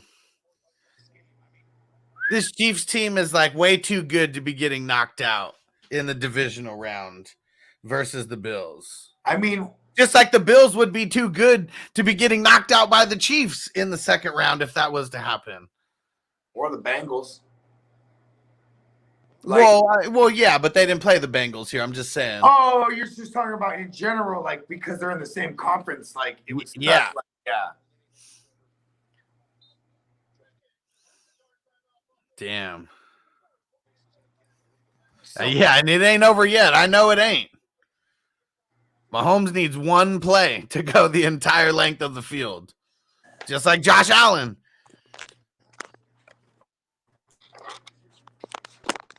It's crazy because, like, this almost does nothing for the Brady Mahomes, who's the heavyweight. Or, I mean, Allen Mahomes, who's the heavyweight. Because they both look like fucking heavyweights. They both look like they're the best QB in the NFL right now. Wow. And they're only down a field goal, too. This game is so crazy, bro. Damn, and you just get it to Tyreek. This shit went over, didn't it? This shit went over. What do you mean went over? What did they say? It was 54? Do you remember what the under-over was? I think you said it was 54. Okay. I mean, shit, whatever it is, this is way over. They're about to be put over 70. I'm saying.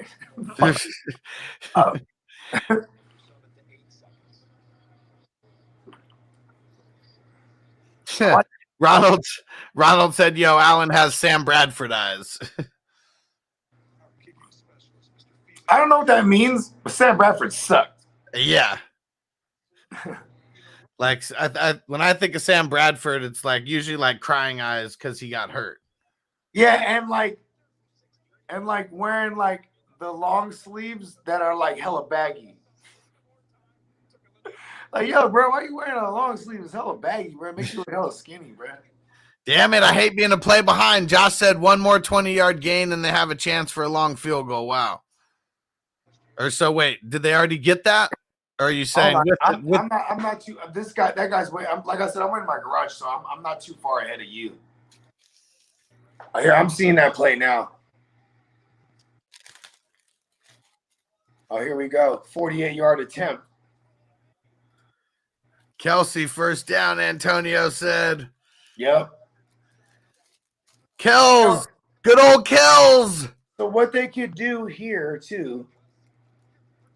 Come on, this is like some Buffalo Wild Wings shit. We want to see overtime. Dude, what a fucking game. Here we go. There it is. Jeez. And that's not even a long field goal, getting down to the 30.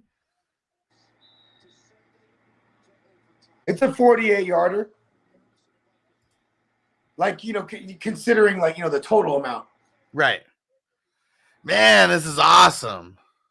This is better than all 3 games combined, I'd say. Wow. We're going to fucking OT. I don't have any more beer. I'm upset.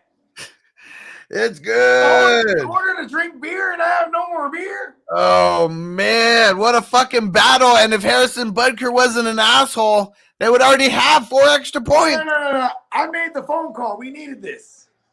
We wanted this overtime. OT. We Come on, wanted Huss. OT. We wanted OT. This is a game, Huss. This is a game me and you are gonna reference for hell of years. to Oh come. yeah, because this is fucking big time. This is the 2 best teams in the NFL. Fuck everybody else right now. Sorry, Bogard, to your Nah, Niners. it's all good. These are the 2 best teams in the NFL right now, duking it out in the divisional round. You know I ain't tripping, bro. I like being an underdog, bro. They don't expect us to win. Fuck. What a game. What a game. Okay. See, in my degenerate gambling days, this is the moment I would go straight to Bovado and be like, okay, I'm going to bet on the heads or tails. Right? Man, because whoever gets this, they're going for that touchdown. Of course. They're going for that touchdown. Hey, okay, I'm going to go on record right now. Whoever wins this coin flip's probably going to win it, bro. Because that other defense, both defenses are gassed. Oh, they're gassed. They're fucking gassed. You think Gabe Davis gets double covered if the Bills get the ball? Listen, Gabriel Davis is God. Hey, what do I always call him? Damn, Anthony, he said not to overreact, but I think this Chiefs-Bills game is the greatest game I've ever watched. I mean, this isn't a Super Bowl game, but we've had so many scores within the last couple minutes of this game. This is up there with the Steelers-Cardinals Super Bowl. This is up there with... Damn, you know which one I didn't watch live because we were trying to get this was when cell phones were what they were. It was the Steelers and the Colts, and I remember it being like 30-30, and they kept going back and forth with touchdowns, and it was a playoff game. Here it goes. Chiefs got it. Chiefs ball. It's going down, bro. Defense going to have to make a play here, or it's a wrap. This is finito. This is finito. And this is it. This is put up or shut up time. Man, we can cut this anticipation with a knife. I'll tell you, it is thick. It is thick. Yeah, it has said best game ever. Nigel said for real, this is mini Super Bowl. Hell yeah, this is a fire-ass game right now. 13 seconds for Mahomes. That's fucking insane. Yeah, Josh says it. 13 seconds was too much time for Mahomes. That's sick. 13 He's fucking Mahomes. And he has, I remember 2018 having hella Mahomes shares, right? I won 3 championships that year. It was a good year. I was telling motherfuckers, he has Tyreek Hill, who was already balling with Alex Smith. Yeah, that 2017, he really put himself on the map. The difference with Alex Smith was Alex Smith would get a short to Tyreek Hill, and he's gone. Yeah. But he's so fast that now he had Mahomes who can get it to him 60 yards down the field because no one had an answer for Hill. Yeah, because if you remember 2017, I mean, that's when he was still running back punts and stuff, and he was getting more love running back his punts than he was from. That was 2016, the rookie year. Because Alex Smith couldn't throw for shit. And then they not to mention in 2018 they add Sammy Watkins. So now you have two guys who ran sub 4.4 in their heyday. You know what I mean? Insane. It was crazy. And Antonio said, if I win, it's going to be me and Bogard final week in the playoffs. So it's going to be 3 teams that make it. But I guess Bogard's team's doing pretty good, huh? And yeah, I'm smacking right now. At least my opponent wise, you know what I mean? But then also too, remember that year? The Rams Chiefs game, the Monday Night Thriller. That was huge. That was insane. But also it was like I remember saying that game, I said, all of a sudden the Rams don't know how to play defense tonight. But both defenses had defensive scores too. Like it was insane, dude. Yeah. Oh, I'm sorry. Only the Rams defense scored. but still, it was insane. Fucking insane. So I'm winning in 2 of these playoff leagues as of right now. 3 of them. It feels good to know that I'm at least getting my money back for one of them because I'm going to the money now. Yeah. Yeah, that's cool. Losing in this one. Yeah, I've got my ass kicked in this one.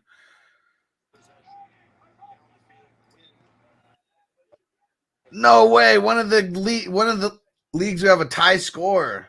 Whoa. But I got Mahomes.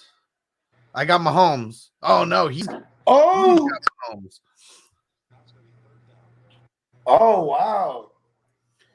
Damn, he's got Mahomes and I've got Josh Allen and Mecole Hardman. Oh my God, they need to come. Look, this is a big third down already, bruh. Right off the bat. Right off the rip.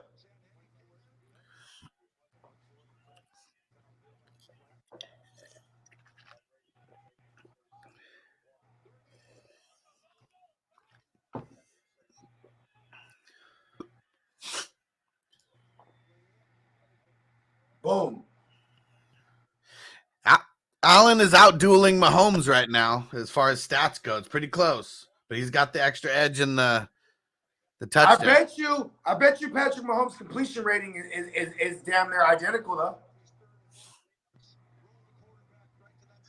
Let me see. Allen's 27 for 37. Mahomes is 28 for 39. Yeah, damn near identical. See? It's just the numbers are better for receiving wise, yards wise for Allen. Yeah, and not even by that much. Yeah.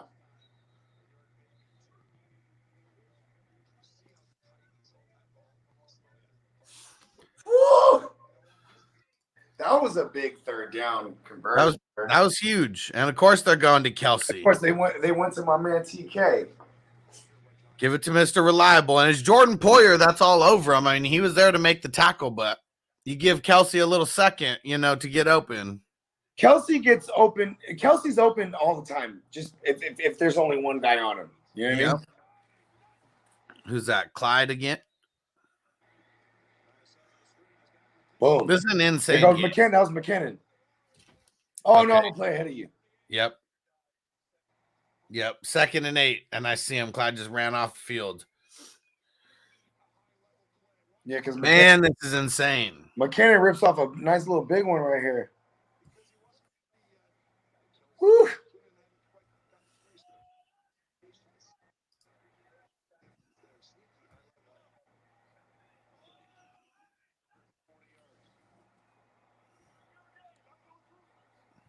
Damn, this is insane. The Bills are just sitting there. Watch this.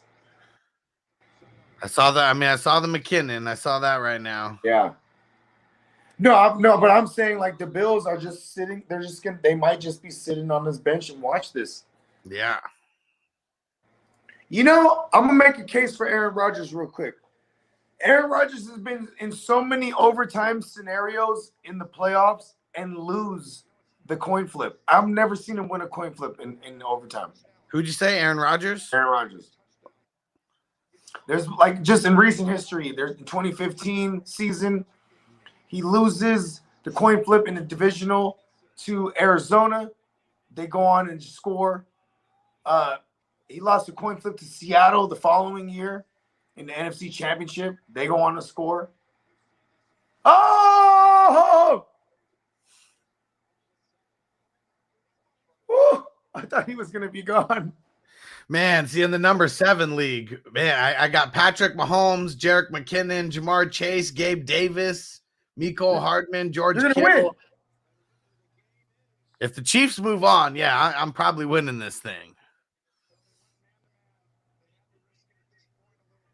They went man-to-man at the wrong time. Damn, Mecole! I thought he was about to be gone, bro. He was close. Yeah. He was close. Oh! They're calling That's him it. out already, Kelsey! I told you they're going to watch it from the sideline, bro. I said whoever wins the coin flip is going to win this game. Because, yeah, Both defenses are gassed and both offenses look fucking amazing.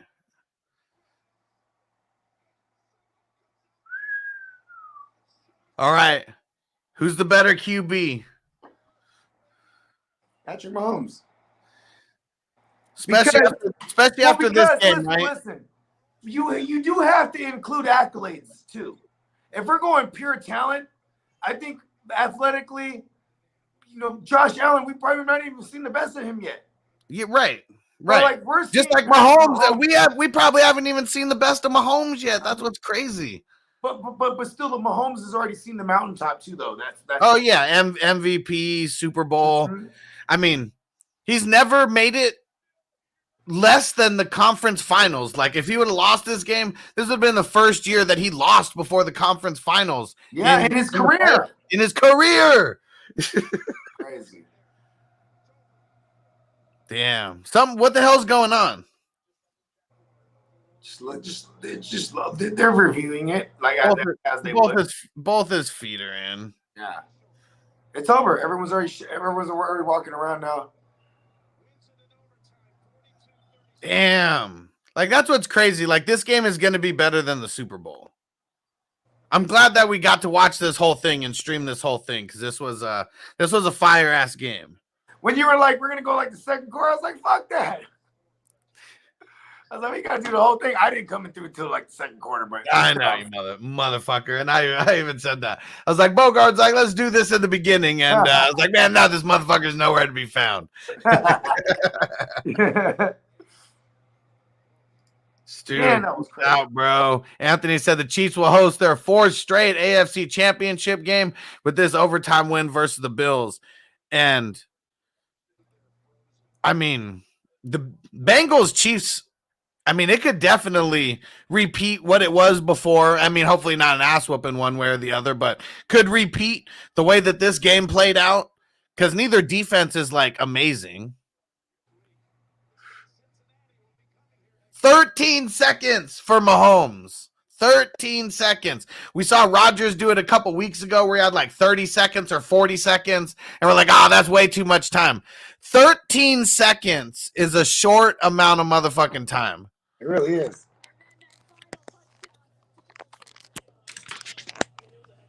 Man. It's so funny because like he doesn't sound like a murderer at all. Who? Yeah, Patrick Mahomes. It's a great game. I got Kelsey in. Man, look at Kelsey. Kelsey's fucking hyped. Kelsey's a pro wrestler playing tight end. Yeah. He's ready to cut a promo every time you put the camera on him. Man. Look, he's doing it right now. And Sir Bong's a lot. Do you like the OT rules? I like it because if you're gonna take the easy way out and go for a field goal, it gives the other team a shot. And it's always been like whoever scores first wins, but they changed it to where it's just whoever scores the touchdown first wins. Yeah. Like I guess like if you score a touchdown first, you win. Maybe if in playoffs they change the rule to where you play an entire another quarter, right? Yeah. Whoever's winning at the end of the quarter. Like there's no walk-offs. You know what I mean? Antonio said, I won 86-69. 69, dude. And he said, Kelsey, let's go. Yeah. Let's fucking go. Yeah. So let me see how many I made it to. Oh, well, I know I lost in one of them because he had Mahomes. And I didn't, but I'm moving on in one of them. Let's see. Patrick motherfucking Holmes, bruh. Patrick motherfucking Holmes. Damn, in this league, in the one where I have Mahomes and Gabe Davis and all that shit, put up 172 points. The next closest is 100. Wow. Gotta get these dubs. You had a full complement roster? Like everyone? Yeah, like everything filled out? Let me see. So I had Mahomes, Dontrell Hilliard, McKinnon, Jamar Chase, Gabe Davis, Mecole Hardman, George Kittle. Yep. Damn. He did that. And I lost two people. I lost Gabe Davis and I lost Hilliard, but I still got Mahomes, McKinnon, Jamar Chase, Nicole Hardman and George Kittle. Like, man, that's gonna be pretty nice going into the championship week here. Right? That shit crazy, bro. And then I ended up winning another one, so I made it in 3. And let me see, where am I at in this one? I got Josh Allen though. Josh Allen, Sony Michel, Joe Mixon, Tyler Boyd, Chester Rogers, Aquimia St. Brown, Jeff Swaim. So I don't know how much of a fight I'll be able to put up in the next week. Well, you in the money though. In the money. That's all that matters. And then, yeah, this one was 77-77 until overtime. And then you ended up beating me 89-81. So I made it in 3. Made it to the finals in 3. I ain't gonna lie, bro. This football shit is so much fun this year. Oh, yeah. Like, I can't think of a year that has been more. I know, there's other people that be like, oh, it's fucking the COVID. And I'm like, nah, that shit made it hella crazy, bro. Yeah. Like, you know what I mean? You really got to be on your shit this year. And Nigel, you the man, getting the super chat in right at the end. He said Trubisky, Gore, Mitchell, Higgins, Hill, Kelsey, and DeGuara. Laughing my ass off. 80-97. Damn, you lost. Well, you had Trubisky in there, so I mean, I see that's why you lost your QB in round 1. And yeah, Antonio said, I'm going to lose next week, no QB, but at least I'm in the money. Yeah, if you made it to week 3, anything can happen, and we don't even know what the other teams look like. But yeah, for real. You don't know who you're going to play, where it's like, what if they got like 3 remaining motherfuckers? You know what I mean? Yeah, because even if someone has a QB, what if they have like no skill players left or something like that? You know, like I feel like that team that I read off where I have 5 people that made it to the final week, I just feel like that's like really crazy and probably a little bit rare. Bro, this shit is crazy, bro. I'm a fucking degenerate. Yeah, and Antonio said, Bogard, you got Stafford because you're in that one too. Yep. Am I playing Antonio? Yeah, this is the number 1 league. Yeah, and, no. I'm saying, am I playing him next week? Oh well, so it's a triple threat match now. Highest points, take it. Okay. So 3 teams, highest scores determine the first, second, and third place. Okay, so there's no Super Bowl scenarios here. Like, no, we're not playing to the Super Bowl. No. Okay, word. No, 3 week tourney. Well, you know what? I'm gonna lose this. How about that? Because Stafford gotta die. Blame my Niners. Well, they can still lose, and Stafford could still have a good game. Stafford has to die. We've ended discussion. If Sean McVay's smart, he's in bed with the Russian mafia. They're gonna throw this game. Man, all the NFC games were so fucking ugly. It's like all defense in the NFC, and it's all offense in the AFC. I mean, it's either going to be the Bengals or the Chiefs. Man, I wish that was the second game. That's going to be the more fun game to watch. Well, it's because it's West. I mean, West Coast is earlier than doing a later game. You know what I mean? So the Rams Niners game is the second game, right? Yeah. I mean, both games. I mean, Kansas City. Where's that? I mean, I guess that's Central time. Bogey in the Matrix.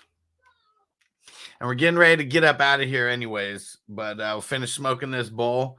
Shout out to the 420 crew. Shout out to everyone who's still rocking with us after this crazy ass game. For this pimp daddy. Smoke weed every day. Yeah. Man, ain't nothing wrong with smoking weed. Weed is from the herb. God put this here for me and you. Take advantage, man. Take advantage, man. What a motherfucking game. Oh, yeah. I still got a bunch of adrenaline just from watching it. We're just watching this. Let's see if Bogard comes back. I'll smoke one more bowl. We'll wait for him. Yeah, Nigel said, great game to stream. 420 crew will be talking about this one for the ages. What a fucking game, dude. Like, this should have been a Super Bowl match. Like, it really should have been. It's a shame that we're watching this in the divisional round, but man, what a fucking game. That was just awesome. All right, he's back. Yeah, step outside and smoke a bogey. Yeah. That's what they call stogies out there in New York. I don't like that. I don't like the idea of smoking bogeys. Yeah. And Nigel said, great game to stream the whole game. 420 crew will be talking about this one for the ages. My And bad. Hess said 27 pre-rolls rolled. I like it. You were getting up to 30, right? Yeah. Man, this shit is awesome. What a fucking game. What a game. I'm hyped, bro. Good football, man. Yeah. It's the best. The Bills. This is the best week of football for real every year. Yeah. And it's crazy too, because I swear, I told you, everybody and their mom was on this Bills hype, and that's literally what made me want to pick the Chiefs. Because everybody was counting out the Chiefs like there was no way they were going to win this game at all. Chiefs kind of had. I mean, they both took some. They both struggled in at certain games where you think they would dominate, and like just the way the Bills were coming on at the end of the day. I was on the Bills hype, and I think a lot of it is just my love for Josh Allen, dude. Now in hindsight, he's the man, though. Josh Allen is the man. Hey, shout out to Tyrant. He's the only one that called the Niners too, like confidently. Like Yeah. From the gambling perspective, I was on them to cover. I was like, this is gonna be a close game, but yeah, shit, that almost went into overtime too. Yeah, and was this the only one that didn't like that? Well, I mean, obviously the visiting teams won, so they covered the spread in all those games. But the Bills didn't cover though, huh? Yeah, they lost by a touchdown. Yeah, they didn't. Yeah. Cover. Yeah, Easy. and the world was betting Buffalo for sure. Oh yeah, for sure. And that's just why, man. I feel like wherever the betting public is, I just feel like a lot of times you can be on the opposite side of that, and you're going to be on the winning side of it. Right. And People's Champ said, Bogard, let them know we want the Rams in the NFC Championship. Hold on. So People's Champ is a 49er fan. Yeah, we do want the Rams. But I'm just, I want to, me, I want to jump out and just agree with him, but I got to be a realist. Like it's really difficult to beat a team 3 times in a row, especially when we're beat up this time around. You know what I mean? And they're in good shape. Last time we played them, Von Miller was still coming off the ankle too, and that's a big deal. Like he has 7 sacks in the last 5 games. Shit. And then Leonard Floyd, my man's, is just he has a sack a game too. Yeah. Like it's crazy. Jimmy's our offensive line is probably the best line left in the game, though. I'll say that. Yeah. And Trent Williams, he's had his way with Aaron Donald, so that's going to be a marquee matchup to watch. You know what I mean? I mean, shit, they could just be what's it called? I mean, they could just be moving him around like they did in this game, not even match him up with Williams. Yeah, but I'm, just when if you're going to come at that blind side for Jimmy, you know what I mean? Yeah. He's going to have to deal with Trent. Yeah. And Antonio said if Henderson, if he comes back, I haven't really heard too much about him and his injury. He's still on IR. They haven't even activated him, so at least right. Yeah, but all these teams, they're not like activating their guys off of IR until like late though.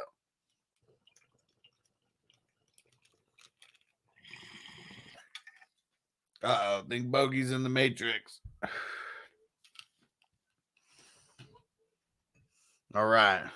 Well, either way, it's about time to get up out of here. Appreciate you guys hanging with us. We'll be back tomorrow for some FNT action. Fantasy news today coming at 4 Eastern or at 4 Eastern, 1 Pacific. So high right now. blazed out of my mind. And here we go. He is back. Yeah. Yeah. Just some final thoughts too, man. Like I'm still in disbelief that my Niners they're a game away from the Super Bowl. You know what I mean? Yeah. But like I am gonna say this is that like if I was to put money on something to start the year, I probably would have bet on my Niners versus betting on goddamn Cowboys. You know what I mean? Yeah. Because I never think that the Cowboys are going to make it to the Super Bowl. They always find a way to fuck it up. I mean, I definitely wouldn't have put any money on the Niners, to make it this far. So that's the shit that's just crazy. I mean, I don't think anybody thought that it would be. People thought the Chiefs. I mean, I picked the Chiefs to go all the way to the Super Bowl. I did say that the Bengals were like the dark horse, and I thought who could make it to the AFC Championship. But I didn't see the Rams making it all the way here. I didn't see the 49ers making it all the way here. I mean, I hate it because I'm kicking myself in the ass now because I was the Rams guy all year. You know what I mean? Yeah. And now I got to eat my words because now I hate the Rams even more. Fuck them. Fuck Kurt Warner. Fuck them all. And People's Champ said Niners versus Chiefs Part 2. I like that. Dial that up. You know what I mean? Ian says last 2 games are fucking insane. Playoff football is back for real. Hell yeah. Yeah, I mean, last year, like, okay. Last year the Browns were like the Bengals this year. Yeah. Like the there was a bad call. It was a missed call. A helmet to helmet. That shit was not a missed call. Let's talk about it. Let's debate that shit. Okay. Because the Browns were in position to win that game. They beat up Mahomes. That was the game that Mahomes got hurt too. Mm-hmm. I'm saying like the Browns. That was the game. Like I was like, wow, the Browns about to upset the Chiefs. You know what I mean? And he's trying to make a play. Mm-hmm. And if you go look at the letter of the law of that rule, it's like the defender has to be like forcing that kind of like go out of their way to make the helmet to helmet like count. Because not every helmet to helmet like play is a flag. Yeah, like you got to be leading with the helmet, or like if you're going to the ground at the same time, if it's a football move essentially, right? Yeah, but like because we're long removed from people leading with the helmet on purpose. Yeah, I mean, and you can even see him. He's leading with the shoulder. He goes shoulder to shoulder with him, and then because of the momentum and because he had to dive Who down, was that? Was it on Peoples Jones? I think it was Sorensen and Peoples Jones. Yeah, and he dove out he's like all the way on the ground, and like when you jump, your body's gonna automatically fall, and like they both touch shoulders, and then the farther you go is just the helmet going into the helmet. Yeah, and then because that if they call that there, obviously they were unable to stop the run most of the game. They punched it in right there. You know what I mean? Or the fumble like on that play, right? Exactly. There it is. Yeah, so they make that call like, yeah, they're not losing the ball right there. No, because that's the game right there. Yeah, for the Browns. Yeah. I mean, I guess I hate that sometimes they let the guys play and then sometimes they don't. So that's the thing that sucks about it is that depending on what officiating crew, the call could go one way or the other. That's what I don't like about it. The hardcore gamblers that I know, they would like look at a line and it'd be like, I don't know, man. Then they look at the officiating crew like, oh no, bro, fuck that. It's fucking like the most notorious crew that people don't like gambling against is it's the black dude. I can't remember his name, but it was the crew that was calling the Raiders Bengals game last week. I don't know their name, but his last name starts with a B. Is it Benson or bitch ass? Yeah, whatever his name is, but like, I guess the games that he calls, they always like has a lot of the fucked up calls. They were the crew that was for the Rams Saints game.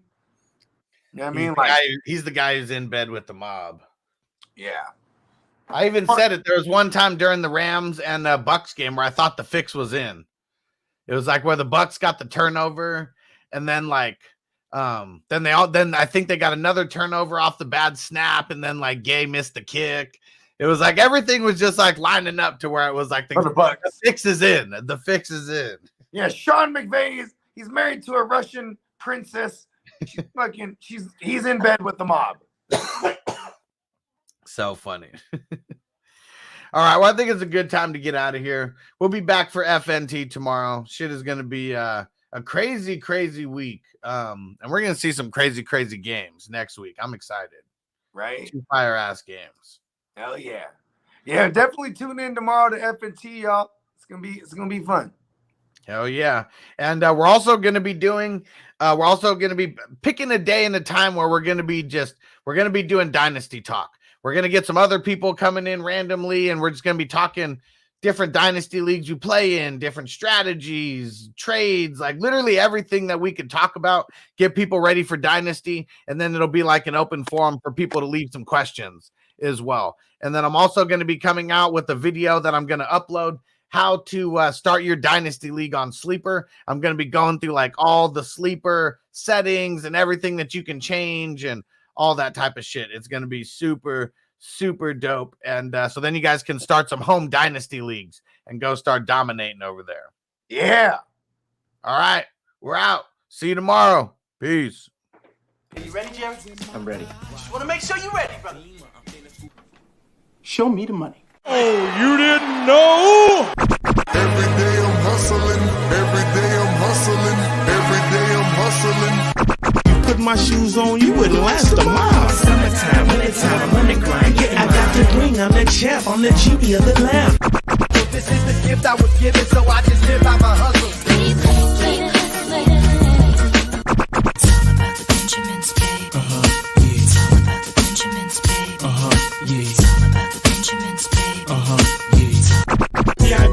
My pocket, it don't make sense, but don't make a profit. So I hustle, ladies and homies. Make money, money, money, money. Called out here for a pill. Really tryna get this money for the real. I want to find a thing to save my life, so I hustle. It ain't over for me. No, it ain't over for me. Here comes the money. Here we go. Money talk. Here comes the money. Money! Show me the money! Okay, let's go smoke that joint.